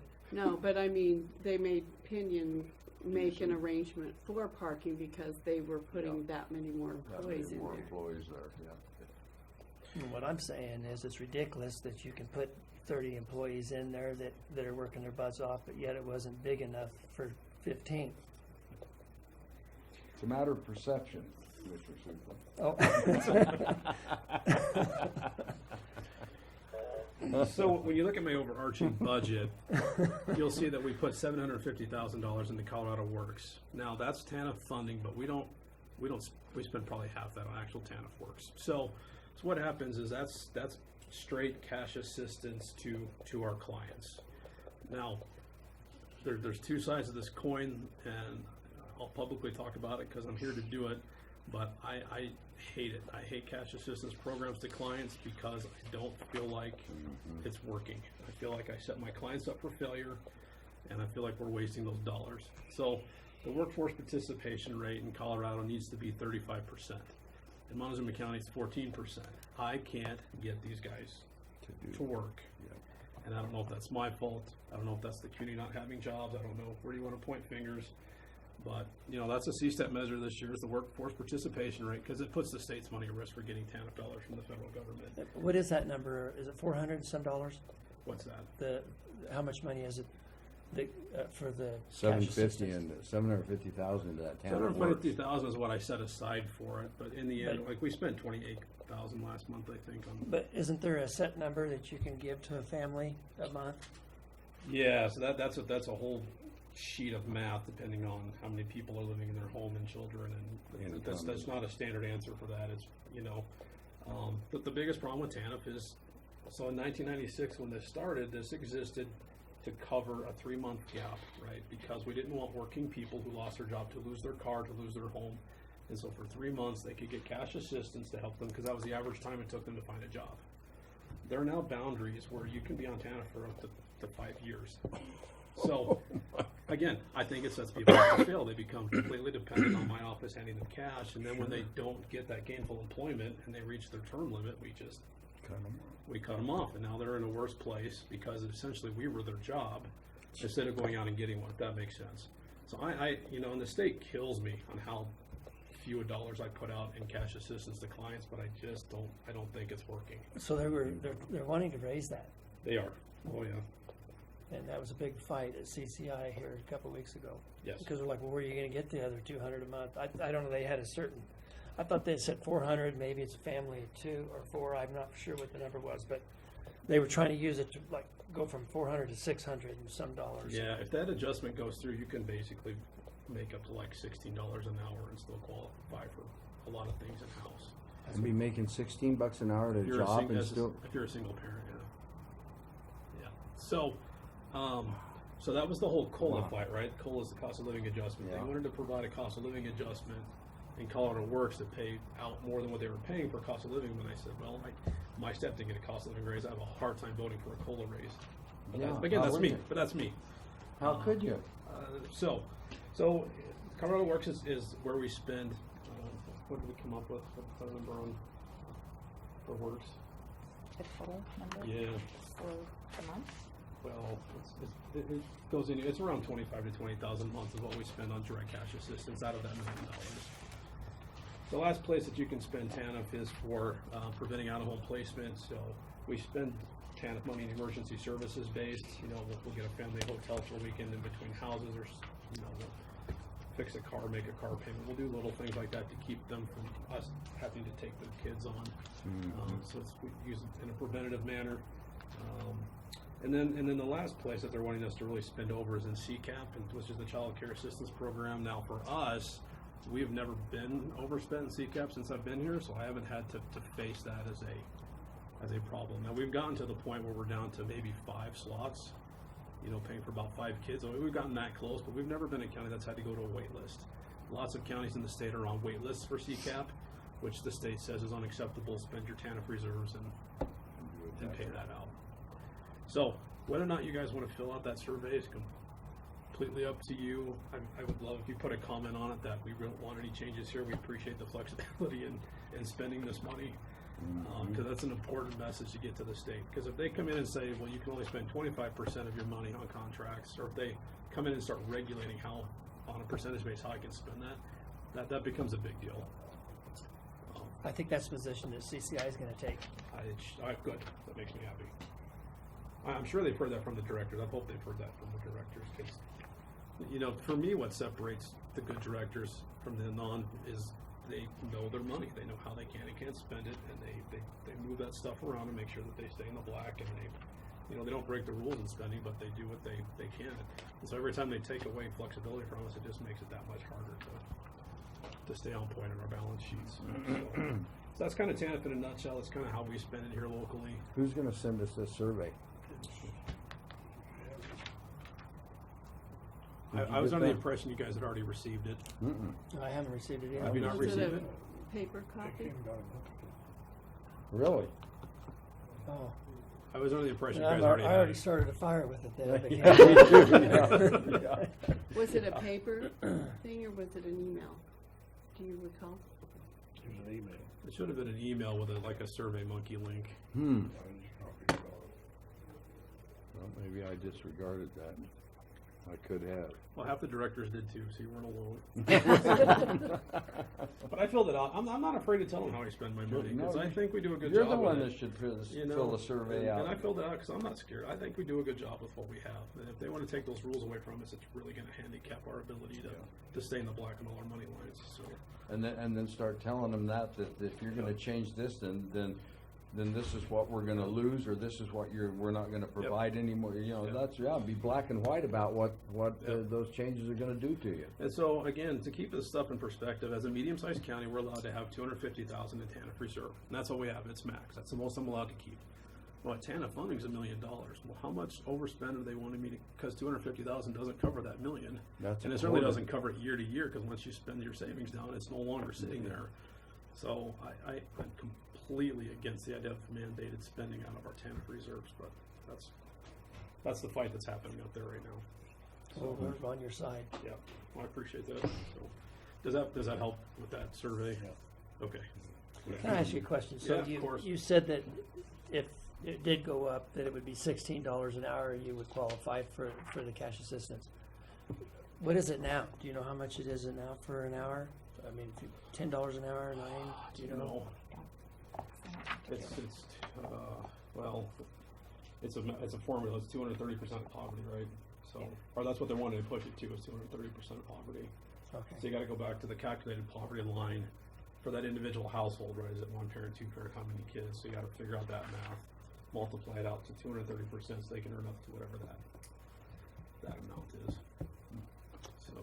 So the reason I ask that is, I know quite a few people I think there's three groups of people in this county. There's the groups that have enough and they're fine. They can go get something to eat anytime they want or go on a vacation.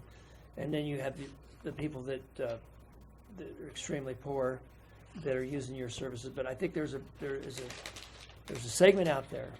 I call them the ones that you don't ever hear the voice. And those are the ones that are right there on that poverty level, but they were brought up, and I run into them all the time on the street, and they're brought up to, you know what, I don't take handouts from the government. And I just wonder how big that segment actually is in our county.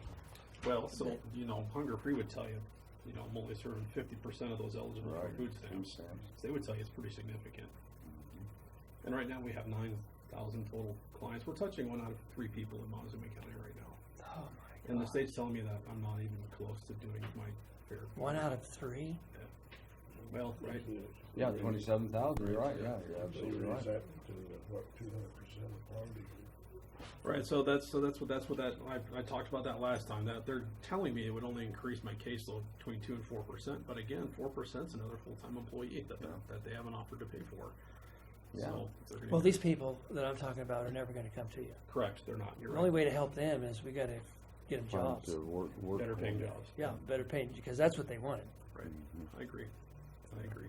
Yeah, so that, in a nutshell, that's kind of how we break down our TANFs. I hope that helps to, and again, we can always adjust that. We can hand out more contracts, less contracts. We can take a total different approach on this, but until the cash assistance program is really working, I just have a hard time pushing it because I just think we're setting people up for failure. So I agree with that. that's all I've got. We're back up here in a couple weeks. So Get January straightened out, right? then we'll get January straightened out. All right. Thank Is you. that good? Thanks, guys. I appreciate Thanks, it. Josiah. We've got 15 minutes here. Do you want to discuss that resolution or discuss that again? For The forest resolution. I wanted to discuss it a little bit more. okay.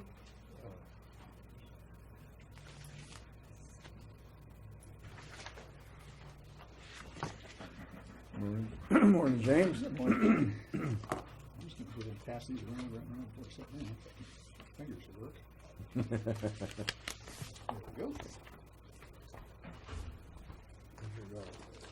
Yeah, I think, scratch that last one, first one. Yeah, so we redrafted it.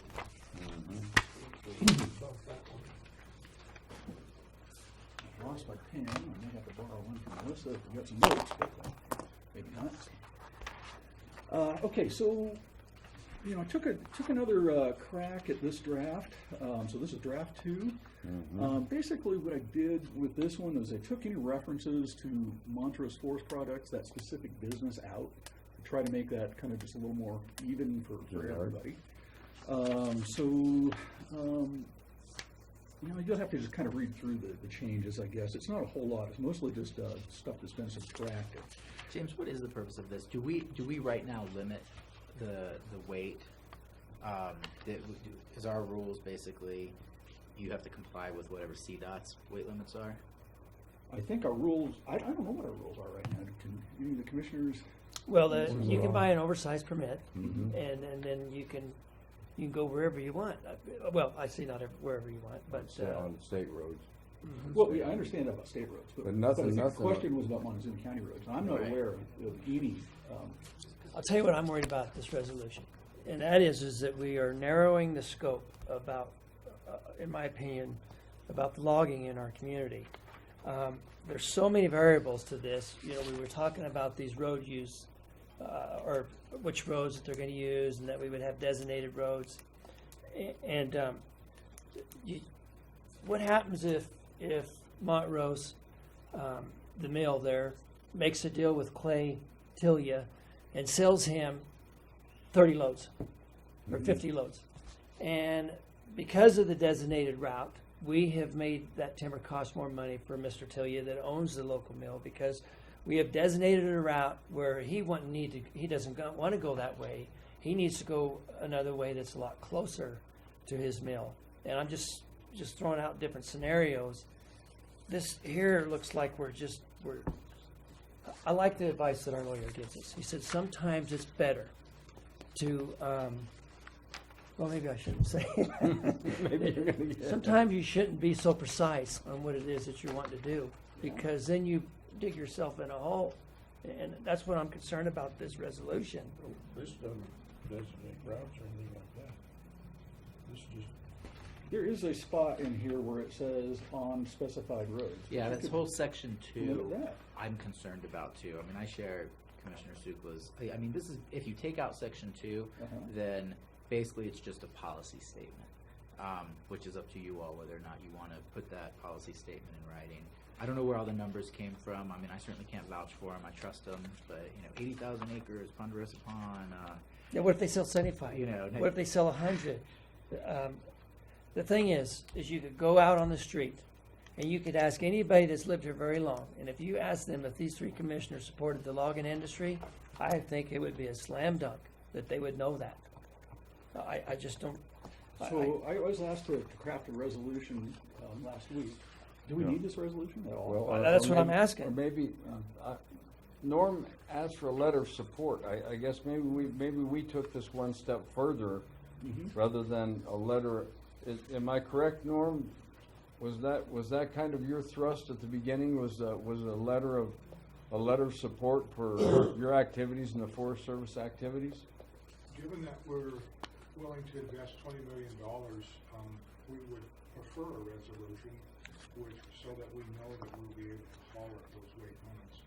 I agree that perhaps the specificity may work against us in the future, but given the amount of money that would potentially be at risk,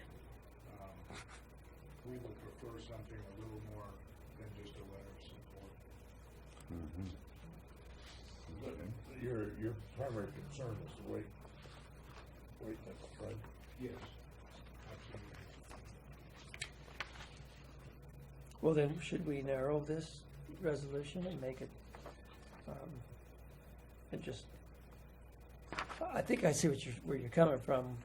Whoever these people are in Canada or wherever that own that mill, if they're going to spend that kind of money, they want something like this. Saying, hey, these people are on board with me. Absolutely. I can understand that, that's a big investment. Yeah. So, it looks like the issue is really the 97,000 pounds and the specified road. Is that Well, what we can boil it down to? I don't know, think do the we- specified roads is something that would come into play once things got started. Like we were talking this morning, the road out to the north that we're concerned about, they've got to come out on 16, Mm-hmm. and all that Rob is saying is that if they went from 16 on the UD to 491, it's a better road, and better, easily maintained. That's, when you're talking about specifying routes, that's all that, in my mind, that's all that amounts to, is get the best route to get them to the highway. Yeah, seems to But, make sense. so if I own a truck that's $100,000, I don't need to be told which one's the best route. If I'm gonna take the one that's the best route, because otherwise I'm gonna destroy my $100,000 truck. No, not necessarily. In that situation out there, all you're doing is getting the best route for the county to keep a good road. You're not. Well, I think part of it, Rob wanted to keep them on gravel roads rather than trying to do them with those weights on chips, on some of our chip seal roads. But So there that- isn't any chip seal roads No, out there. No, but on Dolores Norwood would be one, and That was gonna take some Beaton. planning, But that road takes a beating all the time, Anyway. because we have a gravel pit up there, well, and we have oil equipment up there, and we have cattle trucks. That's how you get on the glade. I mean, I don't understand. all we're saying is, this is But why do we have to say anything? That's what I'm saying. Why do we have to say anything? to support. No, but I mean on the roads, as far as the designated roads. Well, that's up to the road supervisor. No, and who's the road supervisor's boss? We are. I know, So but I would say it's up to us. he's the one that decides which is gonna be the better route. He's the one that can suggest Well, I know. which one's gonna be the better route. But we are gonna be the ones that will make the decision. But I wouldn't even worry about that at this point. That's something that'll. But I didn't bring it up this morning about the road use fees. You did. No, I did. But my concern was that, the only concern I had was that, are we gonna be treating, if Montrose ends up hauling most of the logs, are we gonna treat them different than we treat Kinnamorgan? Well, the way I look at that, we're singling them out. We're singling them out. I mean, we're not, are we gonna go after the cattle trucks next? I mean, how do we, We singled out Kinnamorgan. the deal we did with Ken Morgan is we took a video. This is what we do in the future. You take a video of the road, and they take a video, and then if we destroy the road, if they destroy the road, we have evidence and they have evidence, and then they fix what Yeah, they destroyed. But we did put on Kinder Morgan road responsibilities for their activities on county roads. I mean, they're financially responsible to the tune of $1.5 million on CC. So these industries that are using county roads above and beyond, I don't know how you quote normal use or average traffic or whatever, we've made Kinder Morgan pay a lot of money. I mean, they've done mag chloride, they've done road repair, they've done road rebuild, and they've repaved CC. So we have set a bit of a precedence about quote individual industries. What about the ice But- plant down in McCampbell Canyon? Well, I don't think we've done anything with the ice plant. But that's down my McCampbell. point is maybe we should back off of Kinder Morgan. Well, Well, I think we're about to do that point. yeah. But I'm all for encouraging whatever forest product company to come in and help our Forest Service, obviously help the wood industry, and hopefully help employment, because I know Norm and them, they're gonna have to hire loggers, and I mean, it's gonna be an economic benefit to this county, so I don't wanna penalize them with road impact fees or road, when they're gonna ultimately benefit our county probably to a larger degree than we're ever gonna recoup on road impact fees or any of that. So if it's just a matter of stating that Montezuma County is willing to accept overweight logging trucks on our county roads with hopefully the ability between the industry and our road supervisor to work out some of the best routing for those trucks. I mean, not necessarily mandated or specified, but if we can, work on a route that's the most accessible, fastest, easiest to get the trucks where they need to go, then that gives our road department the ability to know, we're gonna be putting a lot more work in on this section, but we know it's not gonna be all over on a bunch of roads somewhere. But no, I think we need to do everything we can to encourage this activity that's coming about. I mean, our forests need it. Norm, let me ask you a question. You may not be able to answer this, but given some of our smaller logging businesses here, as we saw with Mr. Tillia this morning, would there ever be a possibility, once you guys are up and running and operating in this timber sale and stuff, that you would sell loads to some of these local companies if they wanted to buy logs from you? Yes, and we buy and sell logs amongst mills throughout the state, so that would not be unusual.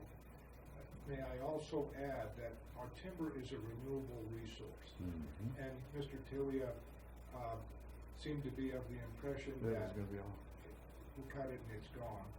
If managed appropriately and within the sustained yield of the forest, which what is being proposed is well within the sustained yield of the forest, provided we get the bugs and fire under control, then it will continue on in perpetuity. Right. Yeah, this isn't just a single event. This is going to be an ongoing deal, we should have been ongoing in this for a long time prior to this, but we haven't. So. And as I mentioned last week, it is not our intention to drive existing business out. Usually in the forest products business, you see a symbiosis develop, and you'll get value-added industries. I think Arizona and New Mexico at one time were an excellent illustration of that. Not only did we have logging and trucking and sawmills, but we had molding and millworks, particle board plants, a paper mill, plywood plants, and we had a whole host of industries that comprise the forest products sector. That's generally what happens when the Forest Service or the major landowner makes sufficient timber available. That's what I see happening here. That's what I've been hoping for, because to me, that's the answer to a large problem that we've got facing us.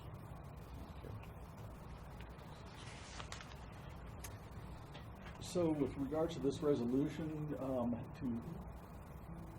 if we want to pursue this, what can we do to fix this? I think it depends on what the commissioners decide. I mean, I think if we're trying to adopt Commissioner Ortell's approach to encapsulate that, do we still want to make it specific to the logging industry? I mean, I think that was your point, right? That was the goal? Yeah. So we would took out the Montrose already, but authorizes loggers and their subcontractors to haul loads. Do we really need to say Ponderosa pine? I mean, do we really want to limit it to in that sense, or just say authorizes loggers and subcontractors? That's my question. Well, let's open it up. If you went to the spruce, you're not going to have that weight problem. Okay, so if you But want then to, that becomes a moot point, since you haven't got that weight problem, it just is. Okay. so if you want to leave Ponderosa pine in it there. depends on who the truck driver is, because you can put, How many you can stack you up can there? put that much weight on the out of spruce. So I'm not sure the purpose of having Ponderosa pine in there. It can be in there if you want. If there's not a purpose, I would take it out. But if we want that in there, leave it in there. Well, that's really what the thrust of this whole sale and stuff is about. Is it not? It's all in this bug-infested Ponderosa pine. That would be the basis of our investment if we move forward with it. Yeah. I think you should take it out. We do, Matt. We do harvest spruce. We do harvest spruce in this county, and we are currently working on Taylor Mesa.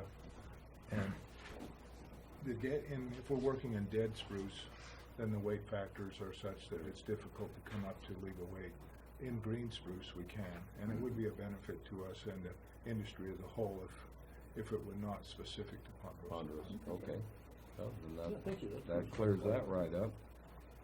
So I can fix that very easily. And how about specified roads? No, I wish we could just take that out because that's I what think I'm we're, saying. like, we're the carrot, we got the cart. Yeah. Do this resolution, then when they get started in a couple of years, then we even have an idea. I don't know that if we do this resolution without putting some sort of caveat in there, that we could then go back and add it without them complaining that they didn't know that we were gonna limit what roads we were gonna allow them to drive on. So if you're thinking you might do it later, I would leave it in. Leave it in. Or add another line that says, you know, this resolution can be modified or amended at any time by a majority of the commissioners, just so they know that it can be limited, because I wouldn't want us to mislead them into, and then all of a sudden we say, whoa. Wait a minute, I suppose one other approach would be that, I mean, you left specified roads in there, but you never specify any roads. But then we You have do the all- option all to across, specify and them. then you have the option of doing it. Okay. That sounds fair. Okay. Okay, gentlemen, I think I can, That's all I can got, work heartburn through all with. this pretty good. We'll take another crack at it, and obviously if we don't get it another time, we'll take another shot at it. But I think we're getting there, getting pretty close on it. Mm-hmm. I don't think you just was concerned about the 95,000-pound weight limit. I think that's the main. No, just the ponderosa pine, I think, is what we specifying that type of wood product. We're taking that out. Yeah, taking that out. Yeah. Leaving the rest in there. Increase the load weight limit and use ponderosa pine. Well, some of the cells might have aspen in them. I mean, they might be mixed. Oh, sure they could So, And you're gonna get up to probably where you got spruce and pine road. Okay, well, I can Okay. work through all this real easy. All right. We'll have it ready for, I guess I'll probably come back in again. That'll work fine? sorry, James. No, that's fine. Yeah. Okay. You'll wear your printer out, buddy. No, no sweat. This is why I'm here, to work through it. I don't think so. My understanding was that weight is staying in there. Mm-hmm. Do you have any problem with what we're talking about? More than be happy to run the copy by you, I mean, before we bring it back in to see if anything's. Yeah, make sticks sure it out. fits Norm too, yeah. So, I think we're good shape. Okay. Okay. Okay, well, I guess I'll come back in and finish my report later since we've got other stuff to do. All right. Mm-hmm. I have easy thing with Montezuma County Lodgers Tax. Mm-hmm. We have 2 vacancies and we have 2 applicants. Right, One that's is a repeat with Brian Bartlett, who's Baymont Inn and Suites. He is also actually on the Mesa Verde Country. I think he's the Our Liaison. representative. the liaison, and I think he's the chairman or president of Mesa Verde Country too. Mhm. So, and evidently that's going very well. So the hope or the request from Lee Cloy, who's the chairman, is that Brian that both of these be assigned to the lodgers tax, but then also to reassign Brian to the Mesa Verde Country As our as our designated designated person, so he can continue in that Mhm. chairman, president capacity that he has. So, I would move that the appointment to the Montezuma County Lodgers Tax Committee be composed of Darlene Dennison of 1509 Mesa Verde Street, Cortez, and Brian Bartlett, General Manager of Baymont Inn and Suites, they're 3-year terms. for a 3-year term, and reappoint Brian Bartlett as our representative on the Mesa Verde Country Board of Directors. Second. It's been moved and seconded that Darlene Dennison and Brian Bartlett be appointed, are both these 3-year terms? Yes. To 3-year terms on the larger tax committee, and Brian Dartmouth be appointed to represent the county on the Measured Country organization. All in favor? Aye. Aye. Something easy. And I'll Nice. I'm almost, Tanner's here, but I just thought I would tell you that, we have 4 cemetery districts that have vacancies: Mancus, Lebanon, Sylvan, and Ariel. So I've contacted them, and we're working through that. Okay, good. And then I guess we're still working on the housing authority. The housing authority, she's ignoring me. I'll talk to Terry. I didn't know exactly how it was. I was under the impression, and maybe I didn't read the statute right, and that's what I told her. You know, how do you get people appointed if commissioners don't do that? And I haven't heard back. So We need to ask John, because okay. I think we went through all of that. He might be able to help us out. Mm-hmm. Okay. So other than that, that's all I have. Okay. You ready for Tanner? Ready. How's it going? Morning, Tanner, how are you? Good. Good. Morning. Hi, Tanner. How's Melissa? I'm good. It's Monday, and I haven't messed too many things up yet. How are you doing? That one first? So actually, I've updated these figures since I sent this to Melissa. I You have, sound like you got a cold. since Christmas. I have. Oh, I man. keep trying Yeah. to go to the doctor. Been- Oh, I you've can't been get over battling it. it that long? Yeah. Woo. Yeah.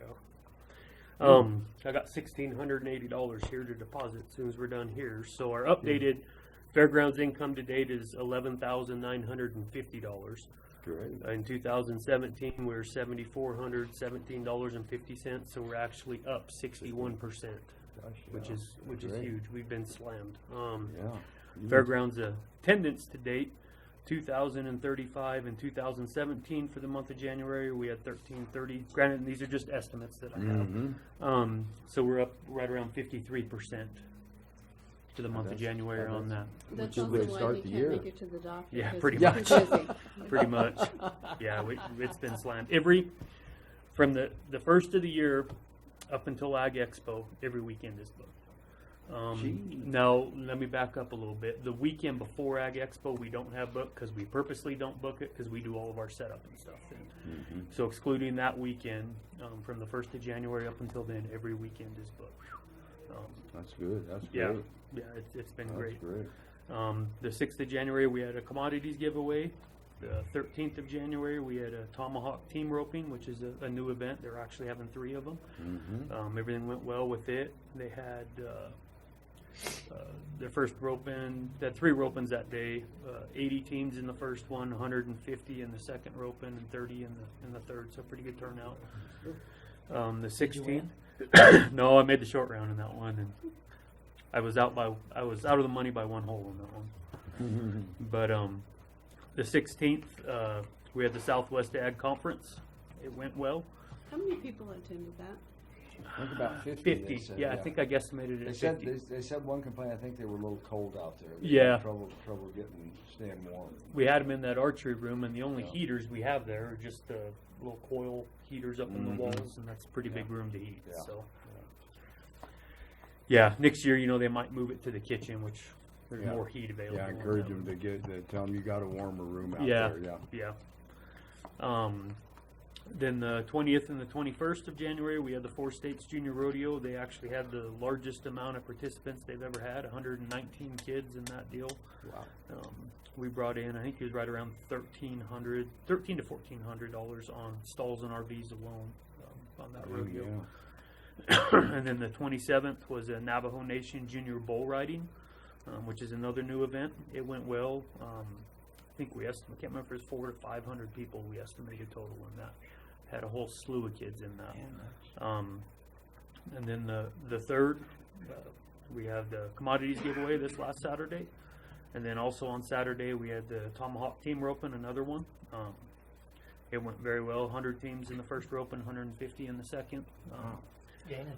Yep. There's a lot of people out there. aren't Oh, there? it was. Oh, that parking lot was packed. I mean, you'd have thought there was 300 teams in it. Yeah, it was packed. Everybody needs 2 horses. Yeah. And big trailers and big horse trailers. Yeah. And then yesterday we had the fair steer weigh-in. Everything went great with that. Only had one steer get loose, and he got caught real quick. Had all them ropers out there. Well, yeah. Well, the year before we had to rope one, but this year there wasn't any horses, and they caught him pretty quick. So, they tagged in a total of 41 steers, which is the most steers since I've been there that they've ever tagged in. So that's great So it news. looks like Well, the that's numbers might be up. Yes, for That's the a steers, good sign. absolutely. Yeah. So that was Good great. sign. This Saturday we have a Colorado Mountain Classic barrel race. I believe they have, I can't remember if it's 6 or 7 of these throughout the year. So that'll be Saturday. Is that indoor? Yeah, that'll be in the indoor. Throughout the year they have some in the outdoor as well, but this one's in the indoor. And I think I'm trying to figure out like why we're so busy. I mean we're always busy. Like January we're maybe 60% of the weekends normally, somewhere around the January, February. And I think the weather's just been so nice that a lot of these producers aren't worried about getting snowed out, and that's why we've had such an uptick in business. And then the 17th, the following weekend, they're going to have a 4-H horse show out in the indoor arena. The very next weekend is the last 4 States Junior Rodeo. And then we have a commodities giveaway on the 3rd, and then another tomahawk team roping on the 3rd. And then that's on Saturday, and then on Sunday the 4th, the Pony Club is having their rating, which is, I don't know how to describe it, like a test that the kids do on their horses and such to get a qualification. And then we roll right into the 4 States Ag Expo. Like I say, that weekend in between, leave it open to we get set up. purposely. Before in the past, they've done hunter education out there, and we allowed them to do that up in the upstairs room. But there's some different people doing it, and they're doing it at a different location this year so far. So yeah, we roll right into the Ag Expo. So it's been busy, been very busy. Some of the projects we've done. Did you get that email I sent you? The picture? Yeah, we the new doors, exit devices I told you guys push about. bars? Yeah, Larry that works for us did a great job. He installed all of them. Good. They're up and done. You can see, I mean, our doors need painted and updated and such, but that's the gist of what it is. If you can see kind of behind Yeah, there's a the main apparatus of it.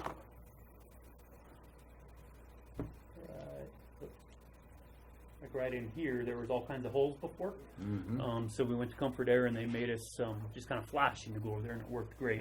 And then the holes in the bottom, we actually put eye bolts in.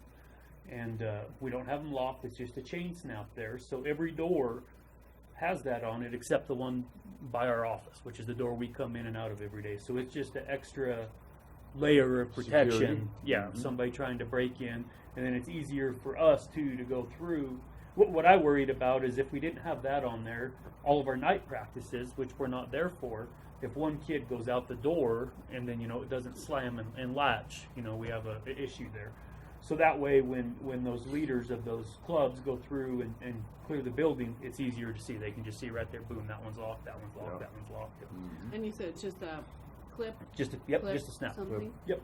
So then when we do our events, we'll just go through and, snap it back to the one side. And yeah, pretty simple solution that worked out good. Like I say, this whole thing, rather than $1,880 per door plus installation times 18 doors, we did these for under $200 a door and did all the installation ourselves. Larry did it.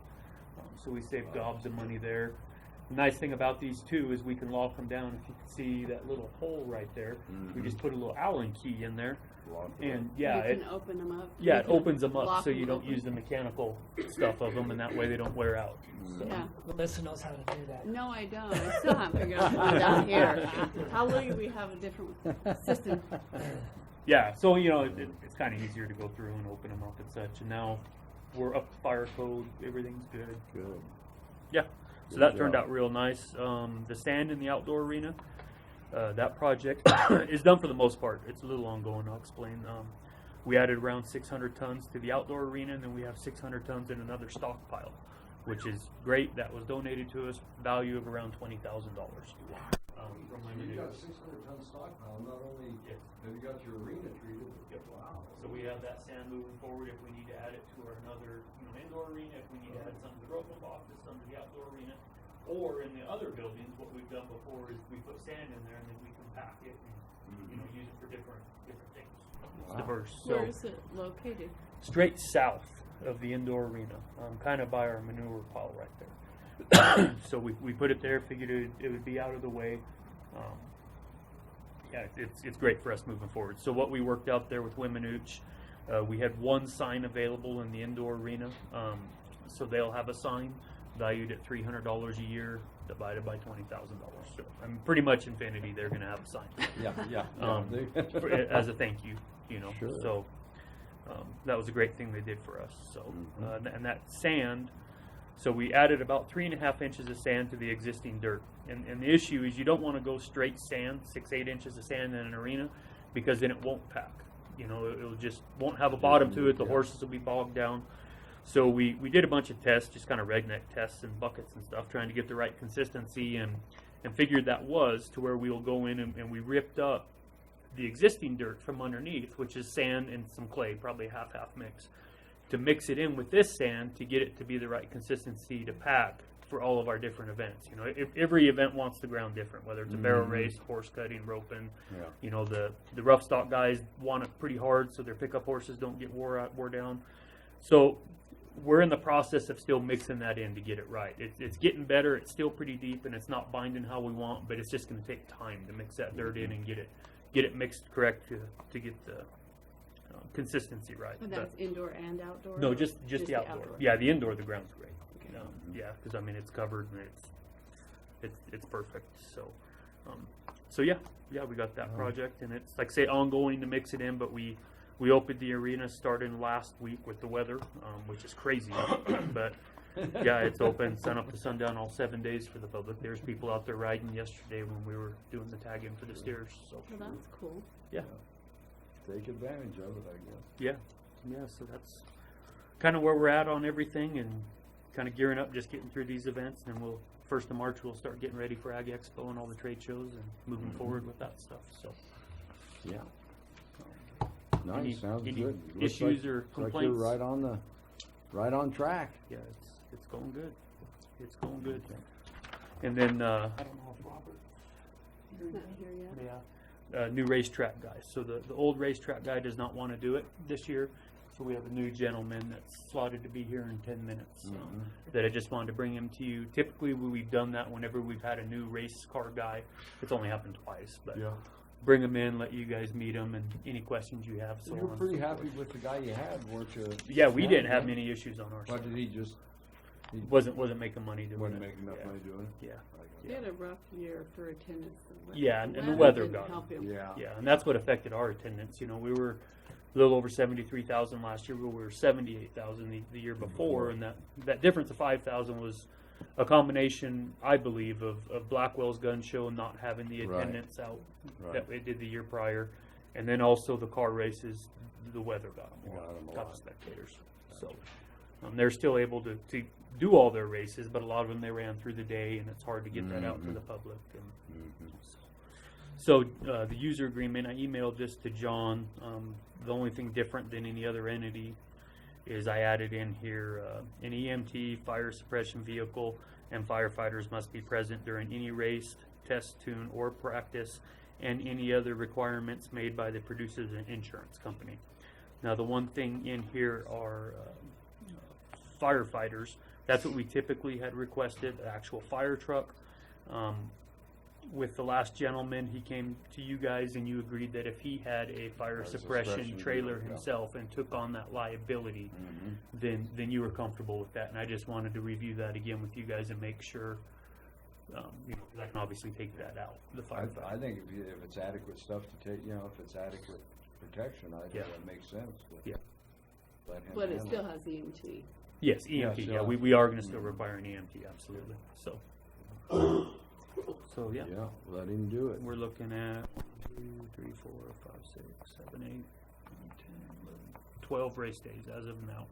2 of them being, and I put a question mark on this, the first weekend of the fair, which typically has been kind of a joint effort between the fair board and the car races. There used to be nothing going on that weekend other than pin setup and stuff. So I've been trying for years to get them on the same page. In the last 2 years, it worked to where they would run car races that weekend. It's a free event for the fair. You know, they can label it a fair event. Sure. And then we don't charge the producer for the the fair use. because it's technically a county fair Function. event. Yeah, Mhm. so it's kind of a win-win on both sides. Yeah. Now I put that as a question mark this year because I don't want to speak for the fair board, and I would like them to get together and they can work out whatever deal they want to on that. So. But you know that's been made available to them. Oh yeah, we've discussed. I've discussed it with the fair board. They're very interested in it. Yeah. Discussed it with him. I just didn't want to speak for the two entities. So Sure. cut me out. So Can I just say Yep. where you're at? Here's the adjusted agreement with those additional miles. Oh, with the additional miles for Doug. Huston? Okay. Do we all sign this? Yeah. Commission, yeah, right here. Okay. And while that's going on, I just wanted to let you guys know, I did attend the grand opening of the Public Service Center and the Pioneer Center. They had actually 2 different events, one for kind of the road and bridge and then one for the senior citizens. Mhm. They have got a gorgeous facility. Yeah. It was a very nice ceremony that they had, and it was Yeah. blessed, and it was It's called their really nice. Pioneer Center. I like The that. Pioneer Yeah, I Center. like that. Or the It's- Senior Center. Yeah. I followed them the back trail to get to it from one to the other, but Yeah. it's kind of hard to find. Is it? So, Yeah. it was on some donated land that they have, so you kind of wiggle out there, and they kind of made a little road that jig-jags out there, but it's going to be a beautiful facility. I'm glad for the seniors, and I'm glad for the road and bridge. I mean, it's a Yeah. state-of-the-art Yeah, it's a really good shop. facility that, I think there was like 5 bays, you know, that you could probably put the truck in, and they had all the latest exhaust thingy-wingies and all that stuff. So it was a really nice facility. There's a lot of people there. It was Yeah. the event for the time. Was It there food? I stayed, I grabbed a sandwich and left, but they had sandwiches and it was really good. I mean, I could have stayed all afternoon. I had other things to do, so it was really Oh, we'll keep that, so. an eye on that when we look at getting Rob's Yeah, there's some, reconnoitered, yeah. they had a whole section set for, painting Mhm. and welding, you know, so that all the safety precautions and Yeah. nice clean concrete floor. I'm Floor, like, yeah. that won't last very long, but it was a really nice facility. And what they were able to do is they combined it with some grants, and that's actually their EOC. Oh, gotcha. So, Uh-huh. so they have a meeting room, so the meeting Mhm. room in the road and bridge, that's, Will be their and- emergency operations center too, yeah. but it's a meeting room that the community can use too. And then at the Pioneer Center, they've got a real big area to eat and that they can use for community meetings too. So I think the buildings are going to be used They'll probably get really well. So Did they say how much that county shop cost to build? they didn't say. They got a $2 million They DOLA got grant. DOLA grant And, for it. Yeah, so I think they were well. It's good to see some of our severance money spent in the counties where the minerals are extracted. It's good. So they I'm got some of tickled to that. see that. And I'm guessing they got some Homeland Security because of the Yeah, EOC EOC, they portion, probably but I did, don't know yeah. how much that was. But Probably did. it's a really nice, and Rob really liked the setup, so he definitely is gonna Got his use eye a on that. similar plan, floor plan and things like that, Yeah. so. what It county was that? Dolores County. Oh wow. Yeah, Wow. so it was really nice, Good for them. so it was I'm glad, I mean, I wasn't glad that you guys were busy, but I'm glad I got to go see it. It was really nice. Well, we're glad you represented us, man. We weren't gonna. They might have been a little bit verklempt if we didn't come out there and check it out for them. So I'm glad it was you really went. nice. So, thought I'd just say that. I do have a couple of questions. Just a question is, we're working on our Board of Health. Do you guys have a preference on where they post their agendas and things like that? Do you want that, obviously gonna be in the health department, but do you want that included on the bulletin board that we have stuff that goes here and in the, Annex 3? I don't know. You don't have to decide that, something to think about. That's just to post the agenda. Just the of the posting meeting, the yeah. agenda. And another question was the MOU on the Fair Board. Since we got that MOU taken care of, and the signatures that are on it was the Fair Board who now is no longer there, we have a whole new Fair Board.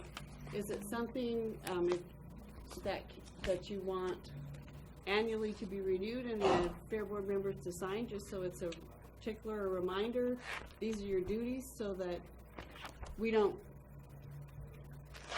fly into never land? Right? You don't need to do that. It's up to you. I mean, It's it just- applies to the Fair Board. Yeah. You know, no matter who the members are. And when I And so- talk, but if you want, And you know, gave 'cause them, didn't you give them a copy? yeah, they've all had a copy, and I talked to Alan, and at this point in time, Alan was fine with them to every Fair Board just re-sign it, just to keep things. You know, it might be part of their annual business. I would think it would be a very good thing for them to bring up at Just their throw in annual meetings when they have their and they might have it when they have their orientation at the end of the year when they assign new people, new so people everybody and new people coming on board. understands the rules that they're getting into. I do too, because I think that's how we got to where we were. Everybody got lost doing their own things, and nobody had any direction or guidance, or so. I'd say for now that's a darn good thing to do. And one more MOU has to do with the, what is it, the yellow building, building and the archery range with the 4-H. They bring it up, Tanya Yates used to bring it up every year and we'd sign it. John was okay with it to be an auto renewal. I don't care, it doesn't make any That's where difference they to store me. their archery equipment and stuff. Well, they use the actual range. Yeah, they took, ownership's the wrong word, but they're running the range. Right, they took, Yeah, they collect fees for it, for the general public and such, and they're responsible for doing any cleanup or maintenance on it. And you're fine with that? Yes. Yeah, and I'm fine with this just being auto renew. If there's some issue that comes up on our part where we don't think they're doing something right, then we'll address it. So What does the yellow building mean? it's the big the big building south of the indoor arena that they store all their fair pins in and fans and all of their stuff for fair. The big stuff is stored in that building. South of, Straight south of the indoor arena, kind of up on top of the hill by the Oh, corrals okay. there. I guess I never paid much attention to it, so Yeah. if everybody's good with that, that's an easy. And I don't know, just thinking too, one thing we might add to that is they have that zircon out there now too. We might just add that zircon in the same MOU, and then that way everything's all under one bill. Was there two before? Actually, two there is, separate yes. MOUs? Two, well, and that's where it's tricky. I don't know which one belongs to. The first one, it was never defined whether it belonged to the Fair Board or the Extension Office. The next one that was just purchased is the Fair Board. Yes. So I don't know how. Well, I think that the Fair Board purchased the second one Yes, they because did. it was getting mixed up. So I Yes. think they were somewhat relinquishing And that's the how first I took it. zircon to the 4-H, so that 4-H is different than the Fair Board. So. Yeah. Yeah, that's how I took it as well. So- I have two questions real quick too I just came up with. The event that the city's going to do at the fairgrounds on September 14th, that philanthropy days or whatever, did we ever figure whether that was a charge, a no charge, or how was that? Well, we were not going to do a no charge if there was a fee that the commissioners would pay that fee. So Okay. that We you should vote wouldn't- on that. But the other thing that we may have, depending on how much space they need, this facility might be available, and we could probably if the commissioner's room is sufficient, we can do that with no charge at all. So Yeah. we're kind of in the mode of not really. I'm kind of Knowing what keeping their that whole. requirements I'll just are. leave it Yeah. right now. Yeah, I mean, Robert- I'd love to have it there. I have no issues Robert, come at all on. with that. So, So we're not really, the location is not for sure okay. determined. So. And then the other real quick question, the city did contact me, their events coordinator, about wanting to use the stage for another event. I have not called them back yet. I didn't know what the commissioner's thoughts were on that, about the city. I think Well, when that they- was the when they agreement. gave it to us, I think that was the agreement that they could, I don't know if we had a set number of times or. We didn't. Yeah. Yeah, the agreement was that it was used for the historical purposes before, which is the high school graduation and the parade of lights. I have no issue as long as there's no conflict, as long as we don't need it Yeah, at as our long as you don't facility. need it, right. And they come get it. Yeah. I don't Oh, want yeah. us to assume the liability No, hauling no. it. We already do for the parade of Parade of lights, lights, you and delivered that's the that. only thing we haul it for. Who does it for the, The maintenance guys at the school come get it. and Yeah.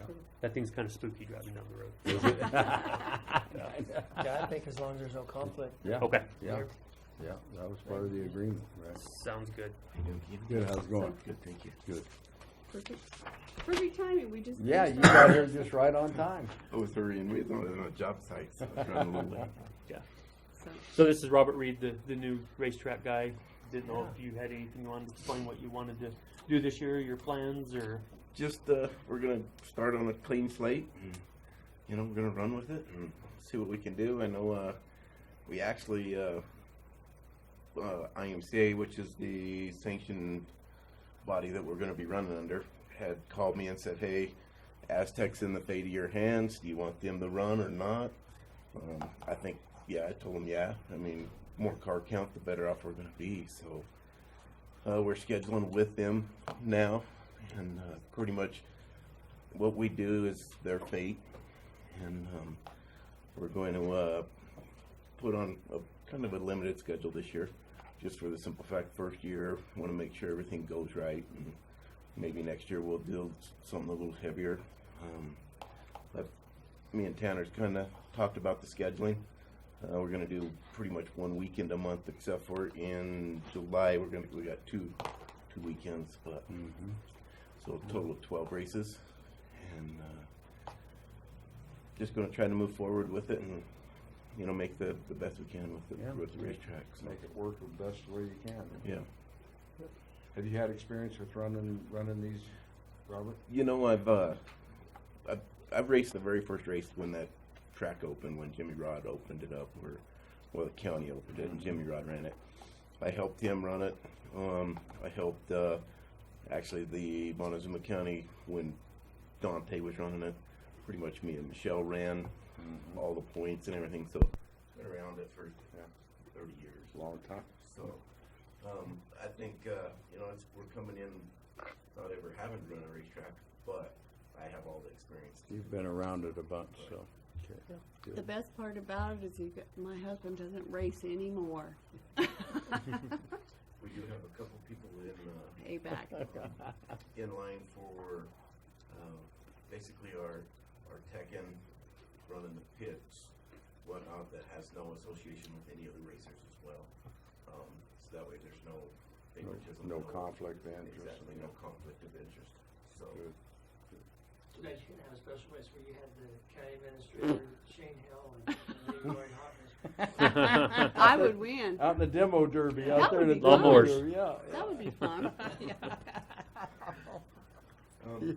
that was one thing I didn't bring up, the demo derby. I know that as far as the concessions for that, will be kind of set up in the concessions.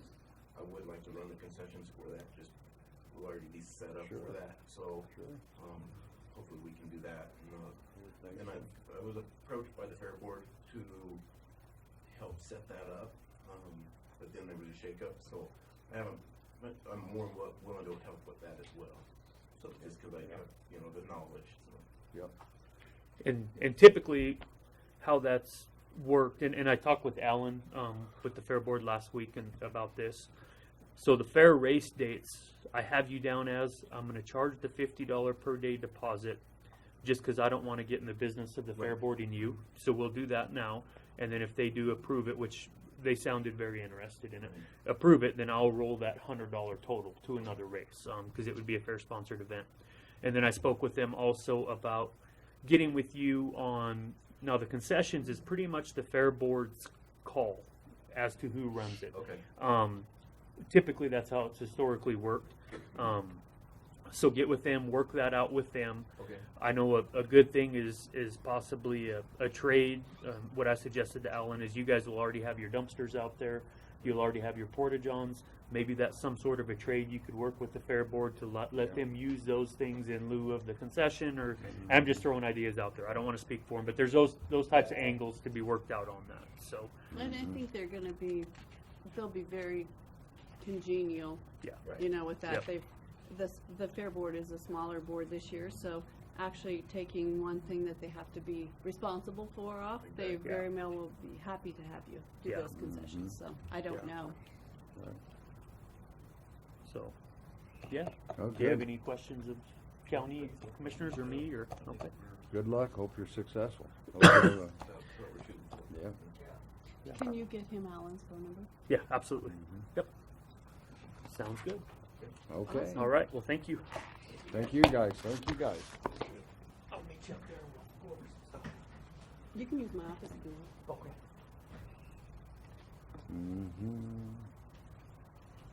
Dang, we're way ahead, aren't we? Well,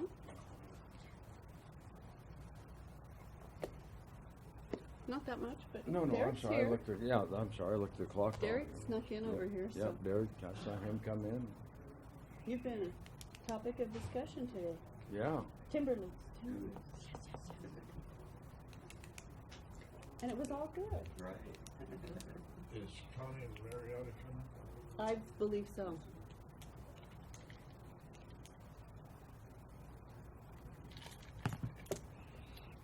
No. Should we do any, oh, here it is. I got to speak to my buddy Jim Kidder. Come on up. You did? Derek. What about it? Oh, I looked at the deal. Oh, yeah. Squeaky. Morning, Derek. Good morning. Was it exciting and enthralling? That part wasn't. You ready now? Yeah. Yeah. You're up. You guys We're are ahead of always ready schedule, for huh? you guys. We are always ready for you. It was. But It always pays to be early. Hi, Marietta. How are you? always get that in my It schedule. always pays to be early. try. There you go. Well, congratulations on Phil's World. Thank you. Congratulations back. I think It's Yeah. a great thing for the community. It is.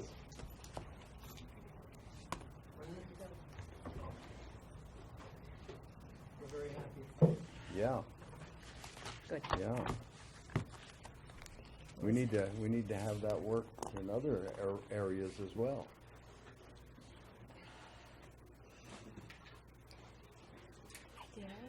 I didn't even see Derek.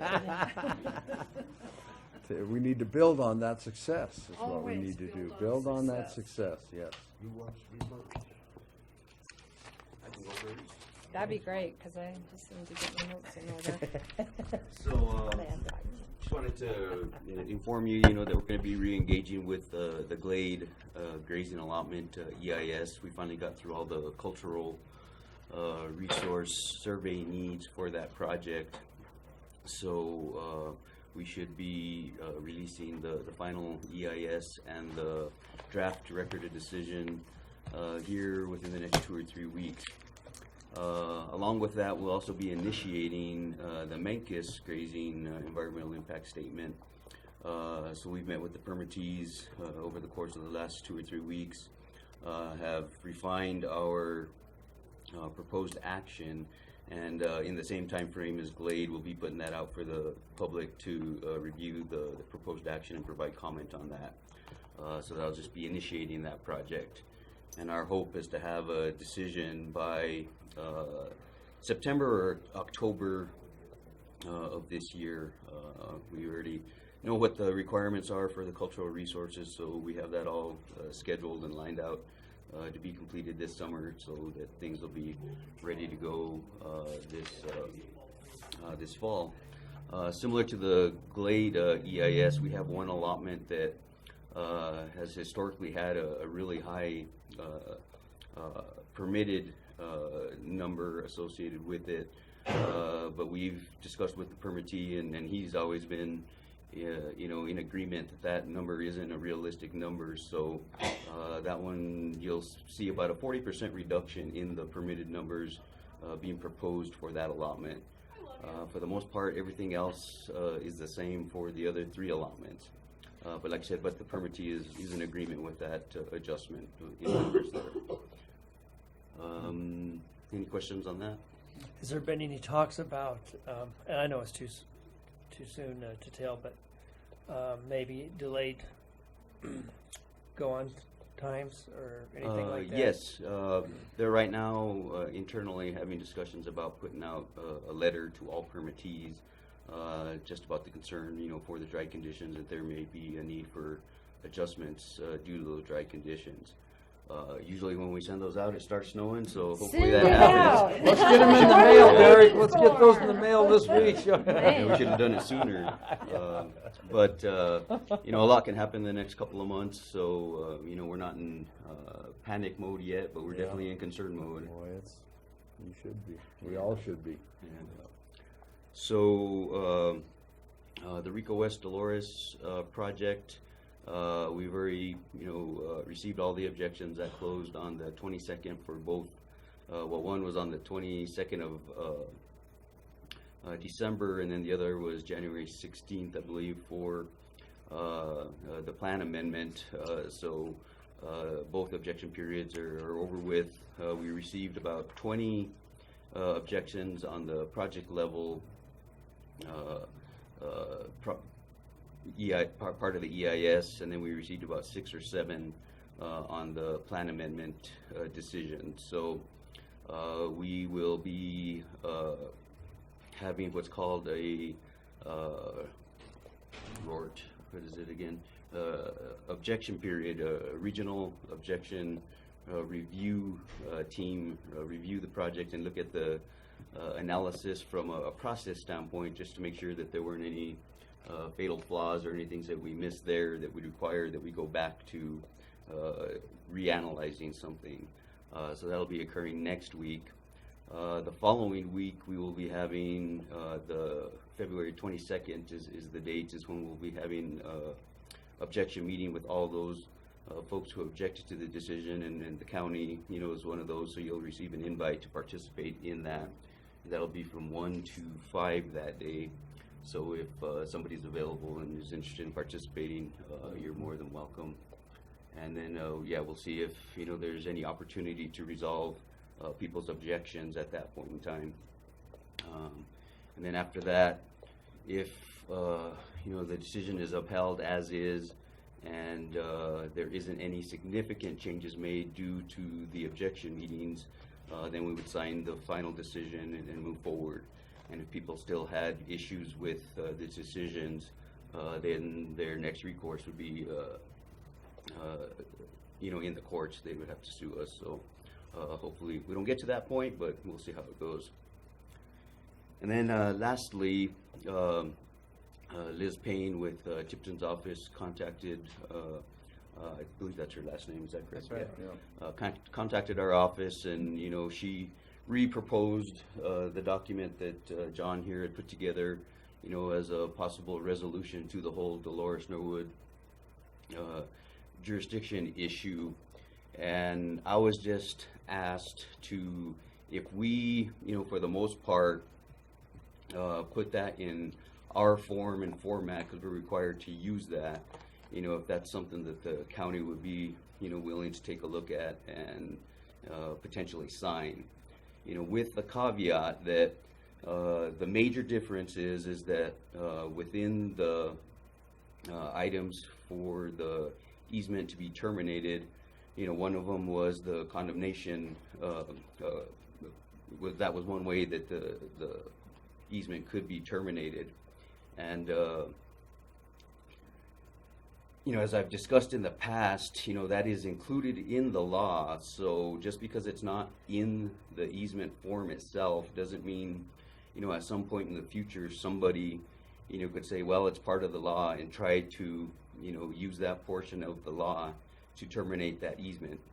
I don't anticipate under any circumstances that anybody would ever try to terminate that easement at all in the first place, but just because it's not in the form that we all, agreed to sign, doesn't mean that somebody couldn't use it in the future, or at least try to use it. And we just wanted to make sure you were all aware of that.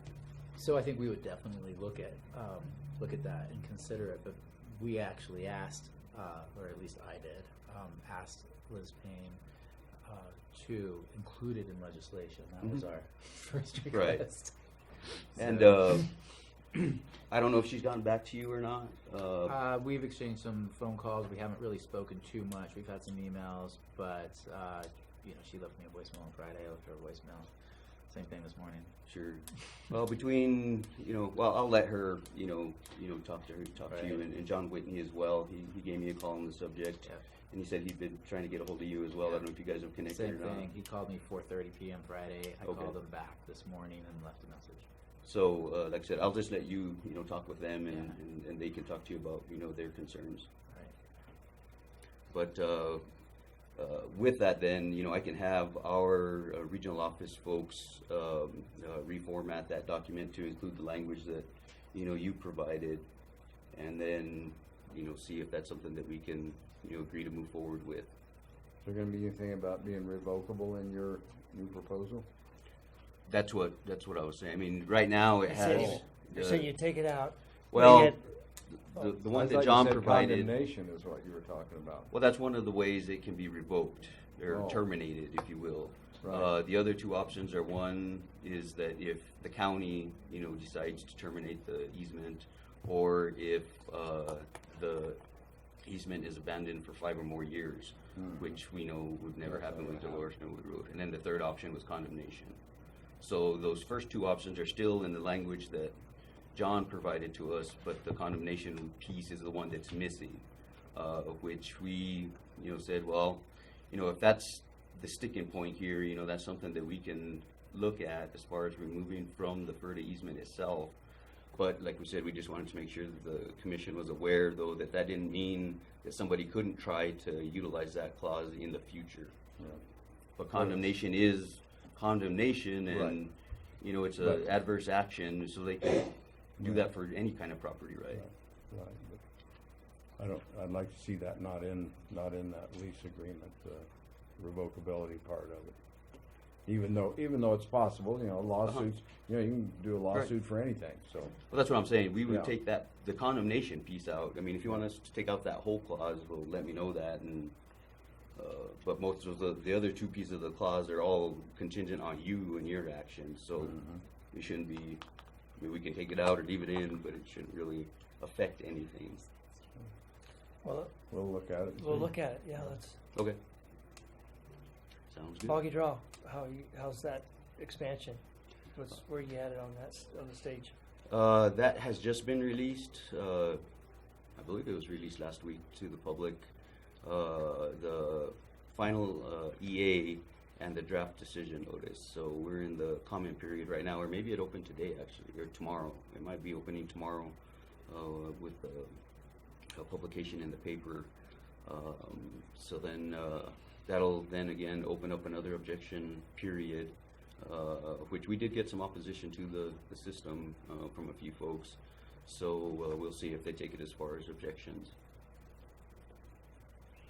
Derry, tell me what the land purchase up on Johnny Bull, how that's going to benefit the connecting trails between, I know that's in Dolores County, but it also connects with a trail that goes into Montezuma County, does it not? Yes, well, I can't remember, does Presculpts come all the way down into Montezuma? Can't remember right now. Yeah, well, I'm not sure. I think it does. I'd have to look at a map. But anyway, But how's that land purchase going to benefit? Because that's motorized travel up there, is it not? Currently it is. So So we have motorized travel on Calico Trail in its entirety, as well as on Johnny Bull Trail. So that purchase of that land, there's two patented mining claim parcels there. That one crosses, or Johnny Bull Trail crosses one of the parcels, and then Calico Trail crosses another. So the landowner, does not approve of motorized use through his property, and he has had it posted as such for quite a few years. But we've continued to authorize motorized use through there. through the decision, because we didn't have the deal, settled yet with regards to purchase of that property, we just identified that we weren't going to be able to allow motorized use on Johnny Bull or that northern section of the Calico Trail until such time that we obtained documented legal access to the property, which could have been a variety of different things. It could have been, prescriptive rights, or some of the, commenters on the project, said that trail system there, has existed prior to the existence of the Forest Service, and similar to the Dolores Norwood Road, that it qualifies under RS 2477. Of course, it would take the county or some other public road entity to assert that, which, we don't have to worry about it anymore, because Right. we're in the process of purchasing that property right now, which alleviates those issues. So your intent with the purchase of those parcels is to keep that open, both those trails open to motorized travel? The decision, that's what it is right now. Like I Yeah. said, we still haven't, finalized the objection process, so Right. things, potentially could change. Right. But the decision is to continue motorized use on those two trails. But if nothing else, we're gonna be, ensuring public access on those trails for all uses, Right. here into the future because of Right. that purchase. But I think that's an important statement, that those are actively motorized trails, and that they should stay that way. Yeah, I think that's real important for you to keep reiterating that.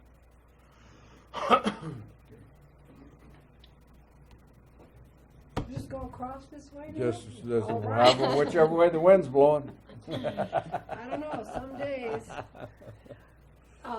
So Flowdine and Yellow Jacket, the specialists, are working through all of their reports now, and I've been reviewing those and sending back for clarification and update, and we're having some conversations with our state leads in terms of making sure, where the range and the cultural resources and how all of that fits together. So we're making some really good progress right now on that. And then Sand Canyon, we keep learning a lot more about that, but I think we're actually at the point we're looking at every single piece of that property parcel, from the existing parking lot to the east where the private parcel starts, and we've looked pretty closely at everything affected by that now. So we think there might be some options that we're exploring that we have not explored to date yet, and we've been working closely with James. We met recently, and I got some news for you today. After this, I can share with you. So, we're plugging away on that. We do have David Sanders is our new recreation visitor information person, so he's in charge of the museum and everything in the front of the house, all the recreation stuff, travel management, DRM, and everything on the monument. So I'll bring him to one of these meetings soon. So we haven't met him yet. He was at Tres Rios. You may have met him before, but I stole him away, or we share. So, he's been acting in this position a couple of times, so he has a good sense already of what's going on. Who was the recreation guy down at the when we had that meeting down in the parking lot? I should be able to bring his name to mind, Jeff? and I can't. Jeff, yeah. Christensen. Right, now he's recreation with who, BLM? Tres Rios, yeah. Okay, so now you've got Tres Rios hopped over to Canyon of the Ancients, and they kind of work as is this a a team. shell game to keep No, us all ours- confused of who we're Absolutely. talking to? I know it, Connie, I knew it. We couldn't Just to keep we afloat. couldn't possibly do that. We're It was a simply promotion for bureaucrats. David Sanders. Oh, okay. David was a park ranger, and he worked for Jeff, and he did kind of the permit side of the house for Tres Rios and Canyons. And then when this opportunity came out to be Marietta's VIS recreation person, it was a great promotion opportunity for David he to applied for challenge. the job and competed. So we'll be Applied for flying David Sanders' park ranger position at some point in the near future. So, no, it isn't a Okay. shell game. Okay. That was Good. teasing. Wait, under which shell is the pea Well, now? and we work with our programs in a very team-oriented concept, just, Yeah.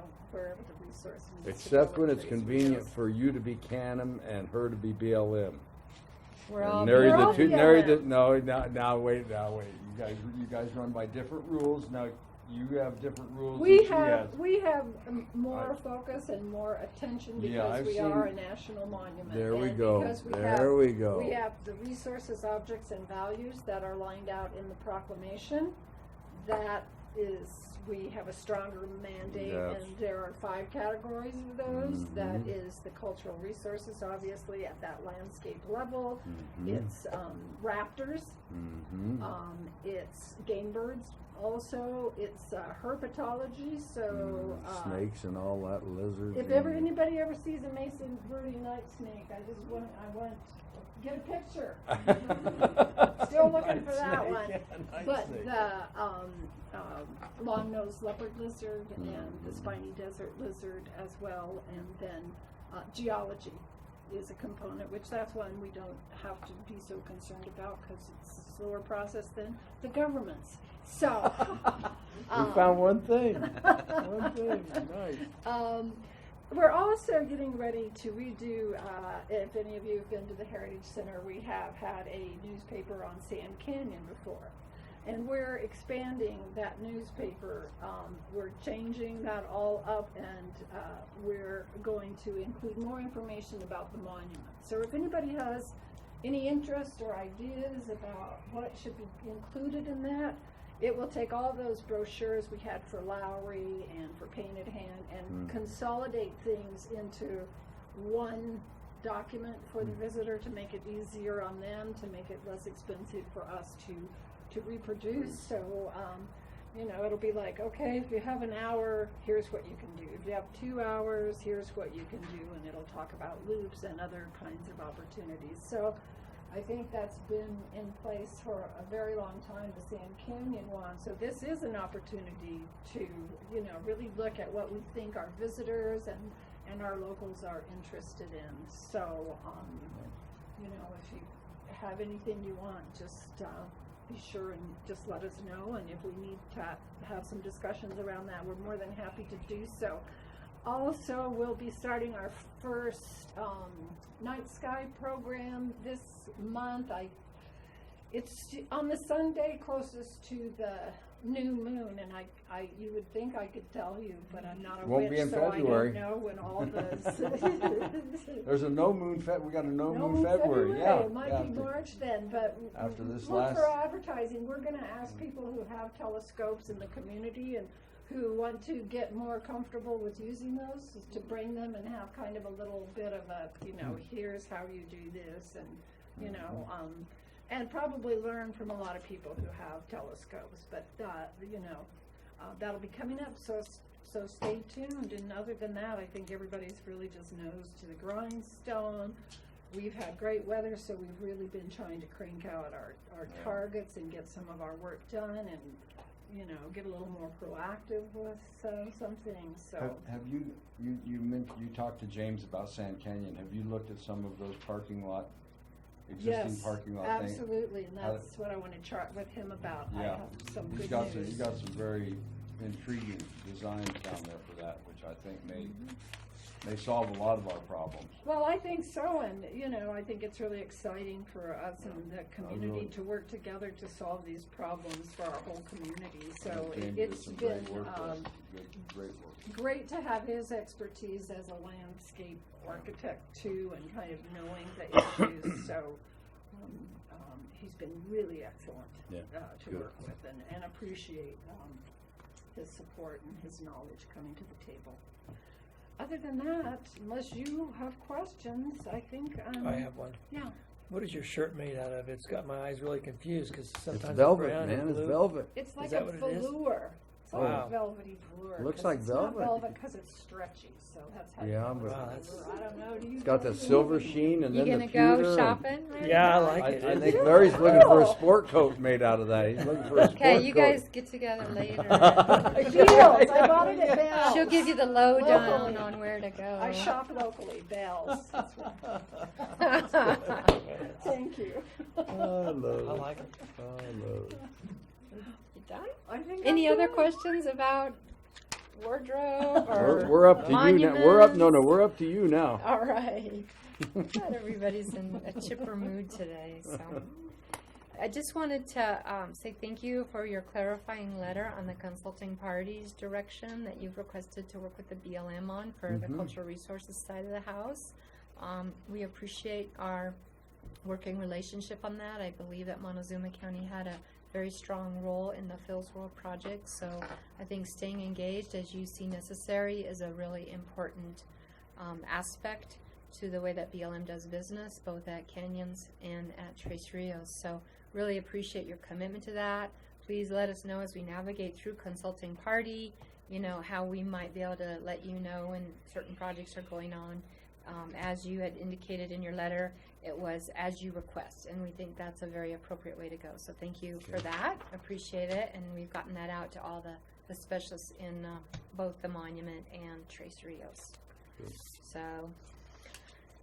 all right, let's see. We had a transportation and access open house last week, and thank you for letting us. James also thanks, where are you? Oh, there you are, for coming on behalf of the county. And we vetted all of our inventory information and all the information and proposals that we received from the public. That was the purpose of that open house. We had a good turnout in Montezuma County, lots of good questions and interest in kind of where we're going with travel management. We also had a mirrored meeting in Durango area because we are analyzing Archuleta, La Plata, and Montezuma counties in this undertaking for travel and transportation and access. So had really good input over there as well. A little bit different constituency came to that than here, but felt like it was very successful. So basically what we'll do now is we'll move forward in starting to develop the proposed action that will then initiate the environmental analysis process on. So we're starting out very early in the process involving both the community, our cooperating agencies, the counties. So we feel like it's a really good investment to know what people are thinking out there as we develop the proposal. I believe that Montezuma County has agreed to have a work session with us to do kind of a final look-see at that transportation and access system. So, James, I don't know if that's been scheduled or not. It's tomorrow. Tomorrow. Oh, my goodness. Tomorrow.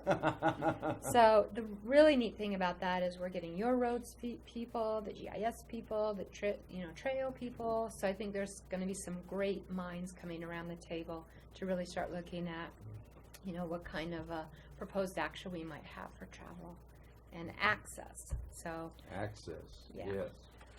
So anyway, that's kind of exciting, and we'll be moving forward with that.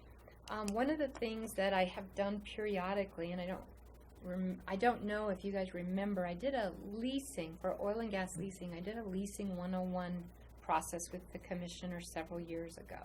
I'm kind of redoing that roadshow, for lack of a better word, at several of the counties. La Plata County, Archuleta County, I believe San Miguel County has requested that. And I didn't know if this county commission would like to have that brought forward again. Basically, it's just to go over the process on how leasing works for oil and gas in the BLM. So happy to offer that up. We have a good PowerPoint presentation. We answer any questions that the board might have. It's just a really good refresher on the basics of oil and gas leasing. Is there a great deal of difference between the monument and just BLM property? There's some nuances just because 80% of the monument is already leased, Keenan. So there's a few kind of details, but we can go through all of that. I'd like to see that, yeah. Okay. I'd like to do that. And I think it really helps just refresh everybody on how does the leasing process work. So I'll get that scheduled on a future board meeting. It does take about 45 minutes, so I don't know if you want to schedule a regular session, or because I don't want to take away from the Forest Service's time. Although we do the leasing for you guys too, so it's all in the family, right, Derek? Okay, I will get that scheduled for either March or April.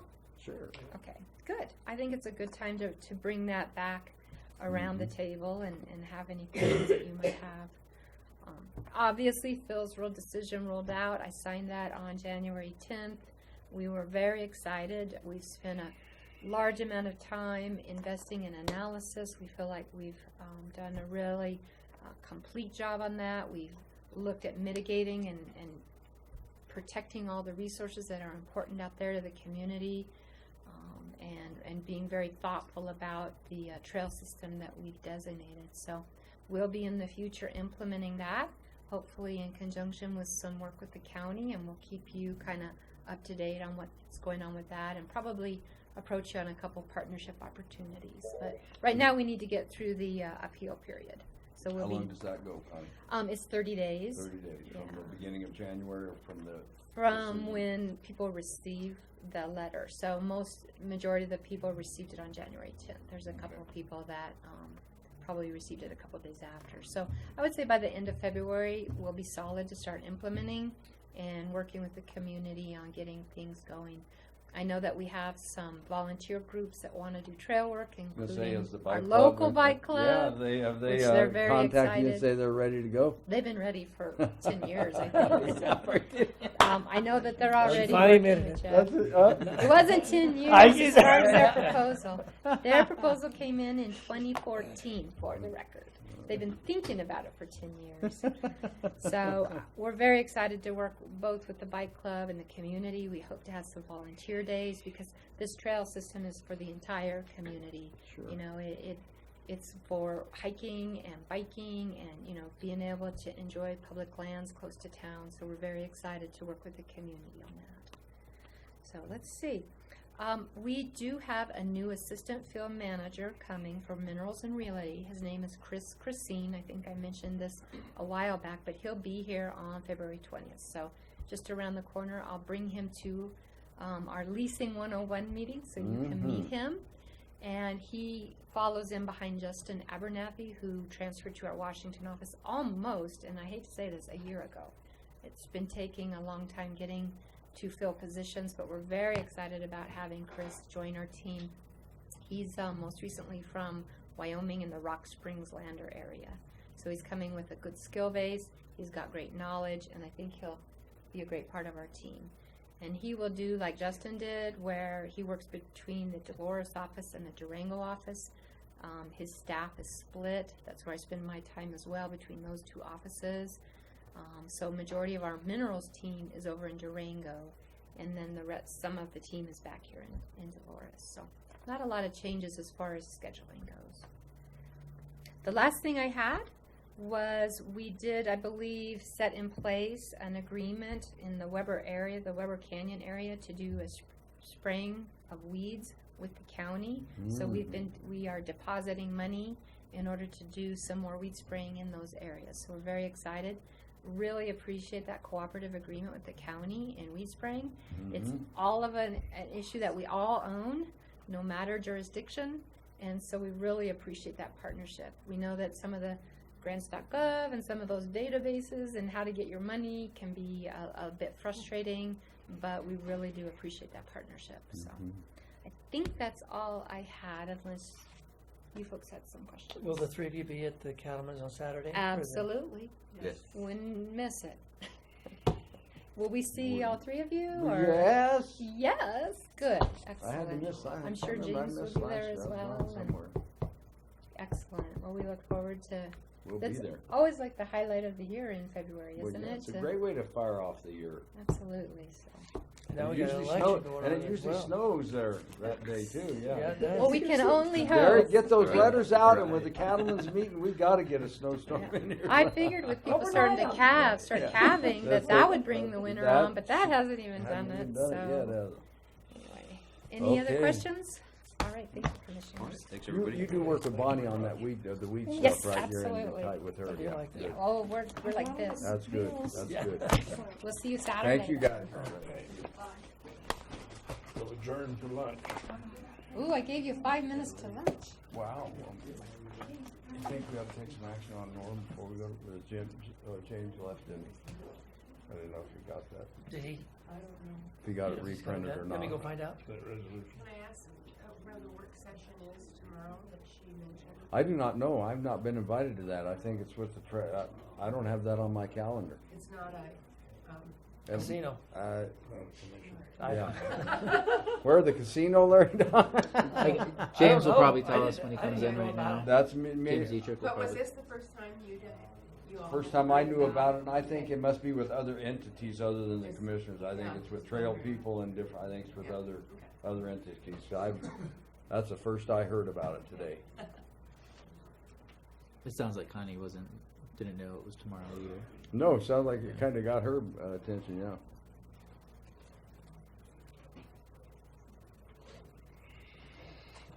Yeah.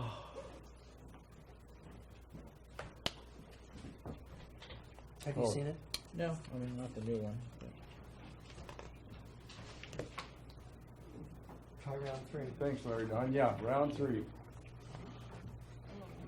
Mm-hmm.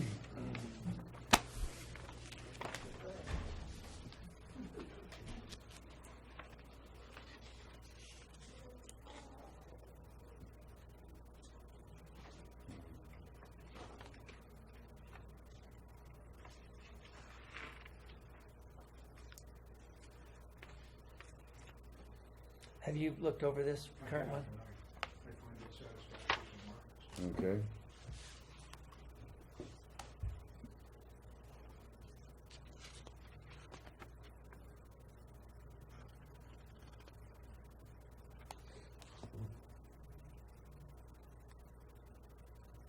Mm-hmm.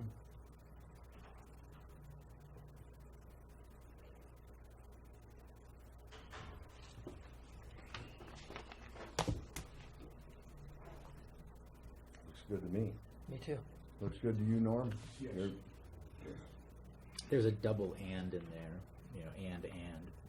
Where do we have It's that, just a little partner? typo in that section too. I mean, it really doesn't change anything. Oh, yeah.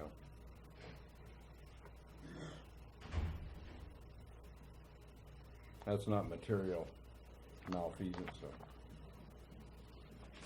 How do you feel, James? Looks good to me. All right. I would like to move that the Board of Montezuma County Commissioners approve this resolution number 2-2018 in regard to the,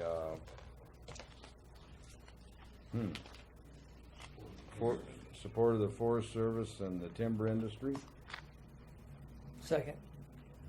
Been moved and seconded to approve resolution number 2-2018 concerning the Forest Service and the timber industry. Or in support of, I should say, of the Forest Service and the timber industry. All in favor? Aye. Aye. Okay. How many copies do we need? Just one, and then we'll give it to Kim. Kim can make her copy of And then she makes one for me that I put on the website after next week. You're good. We're learning. Good, you're good, good, good.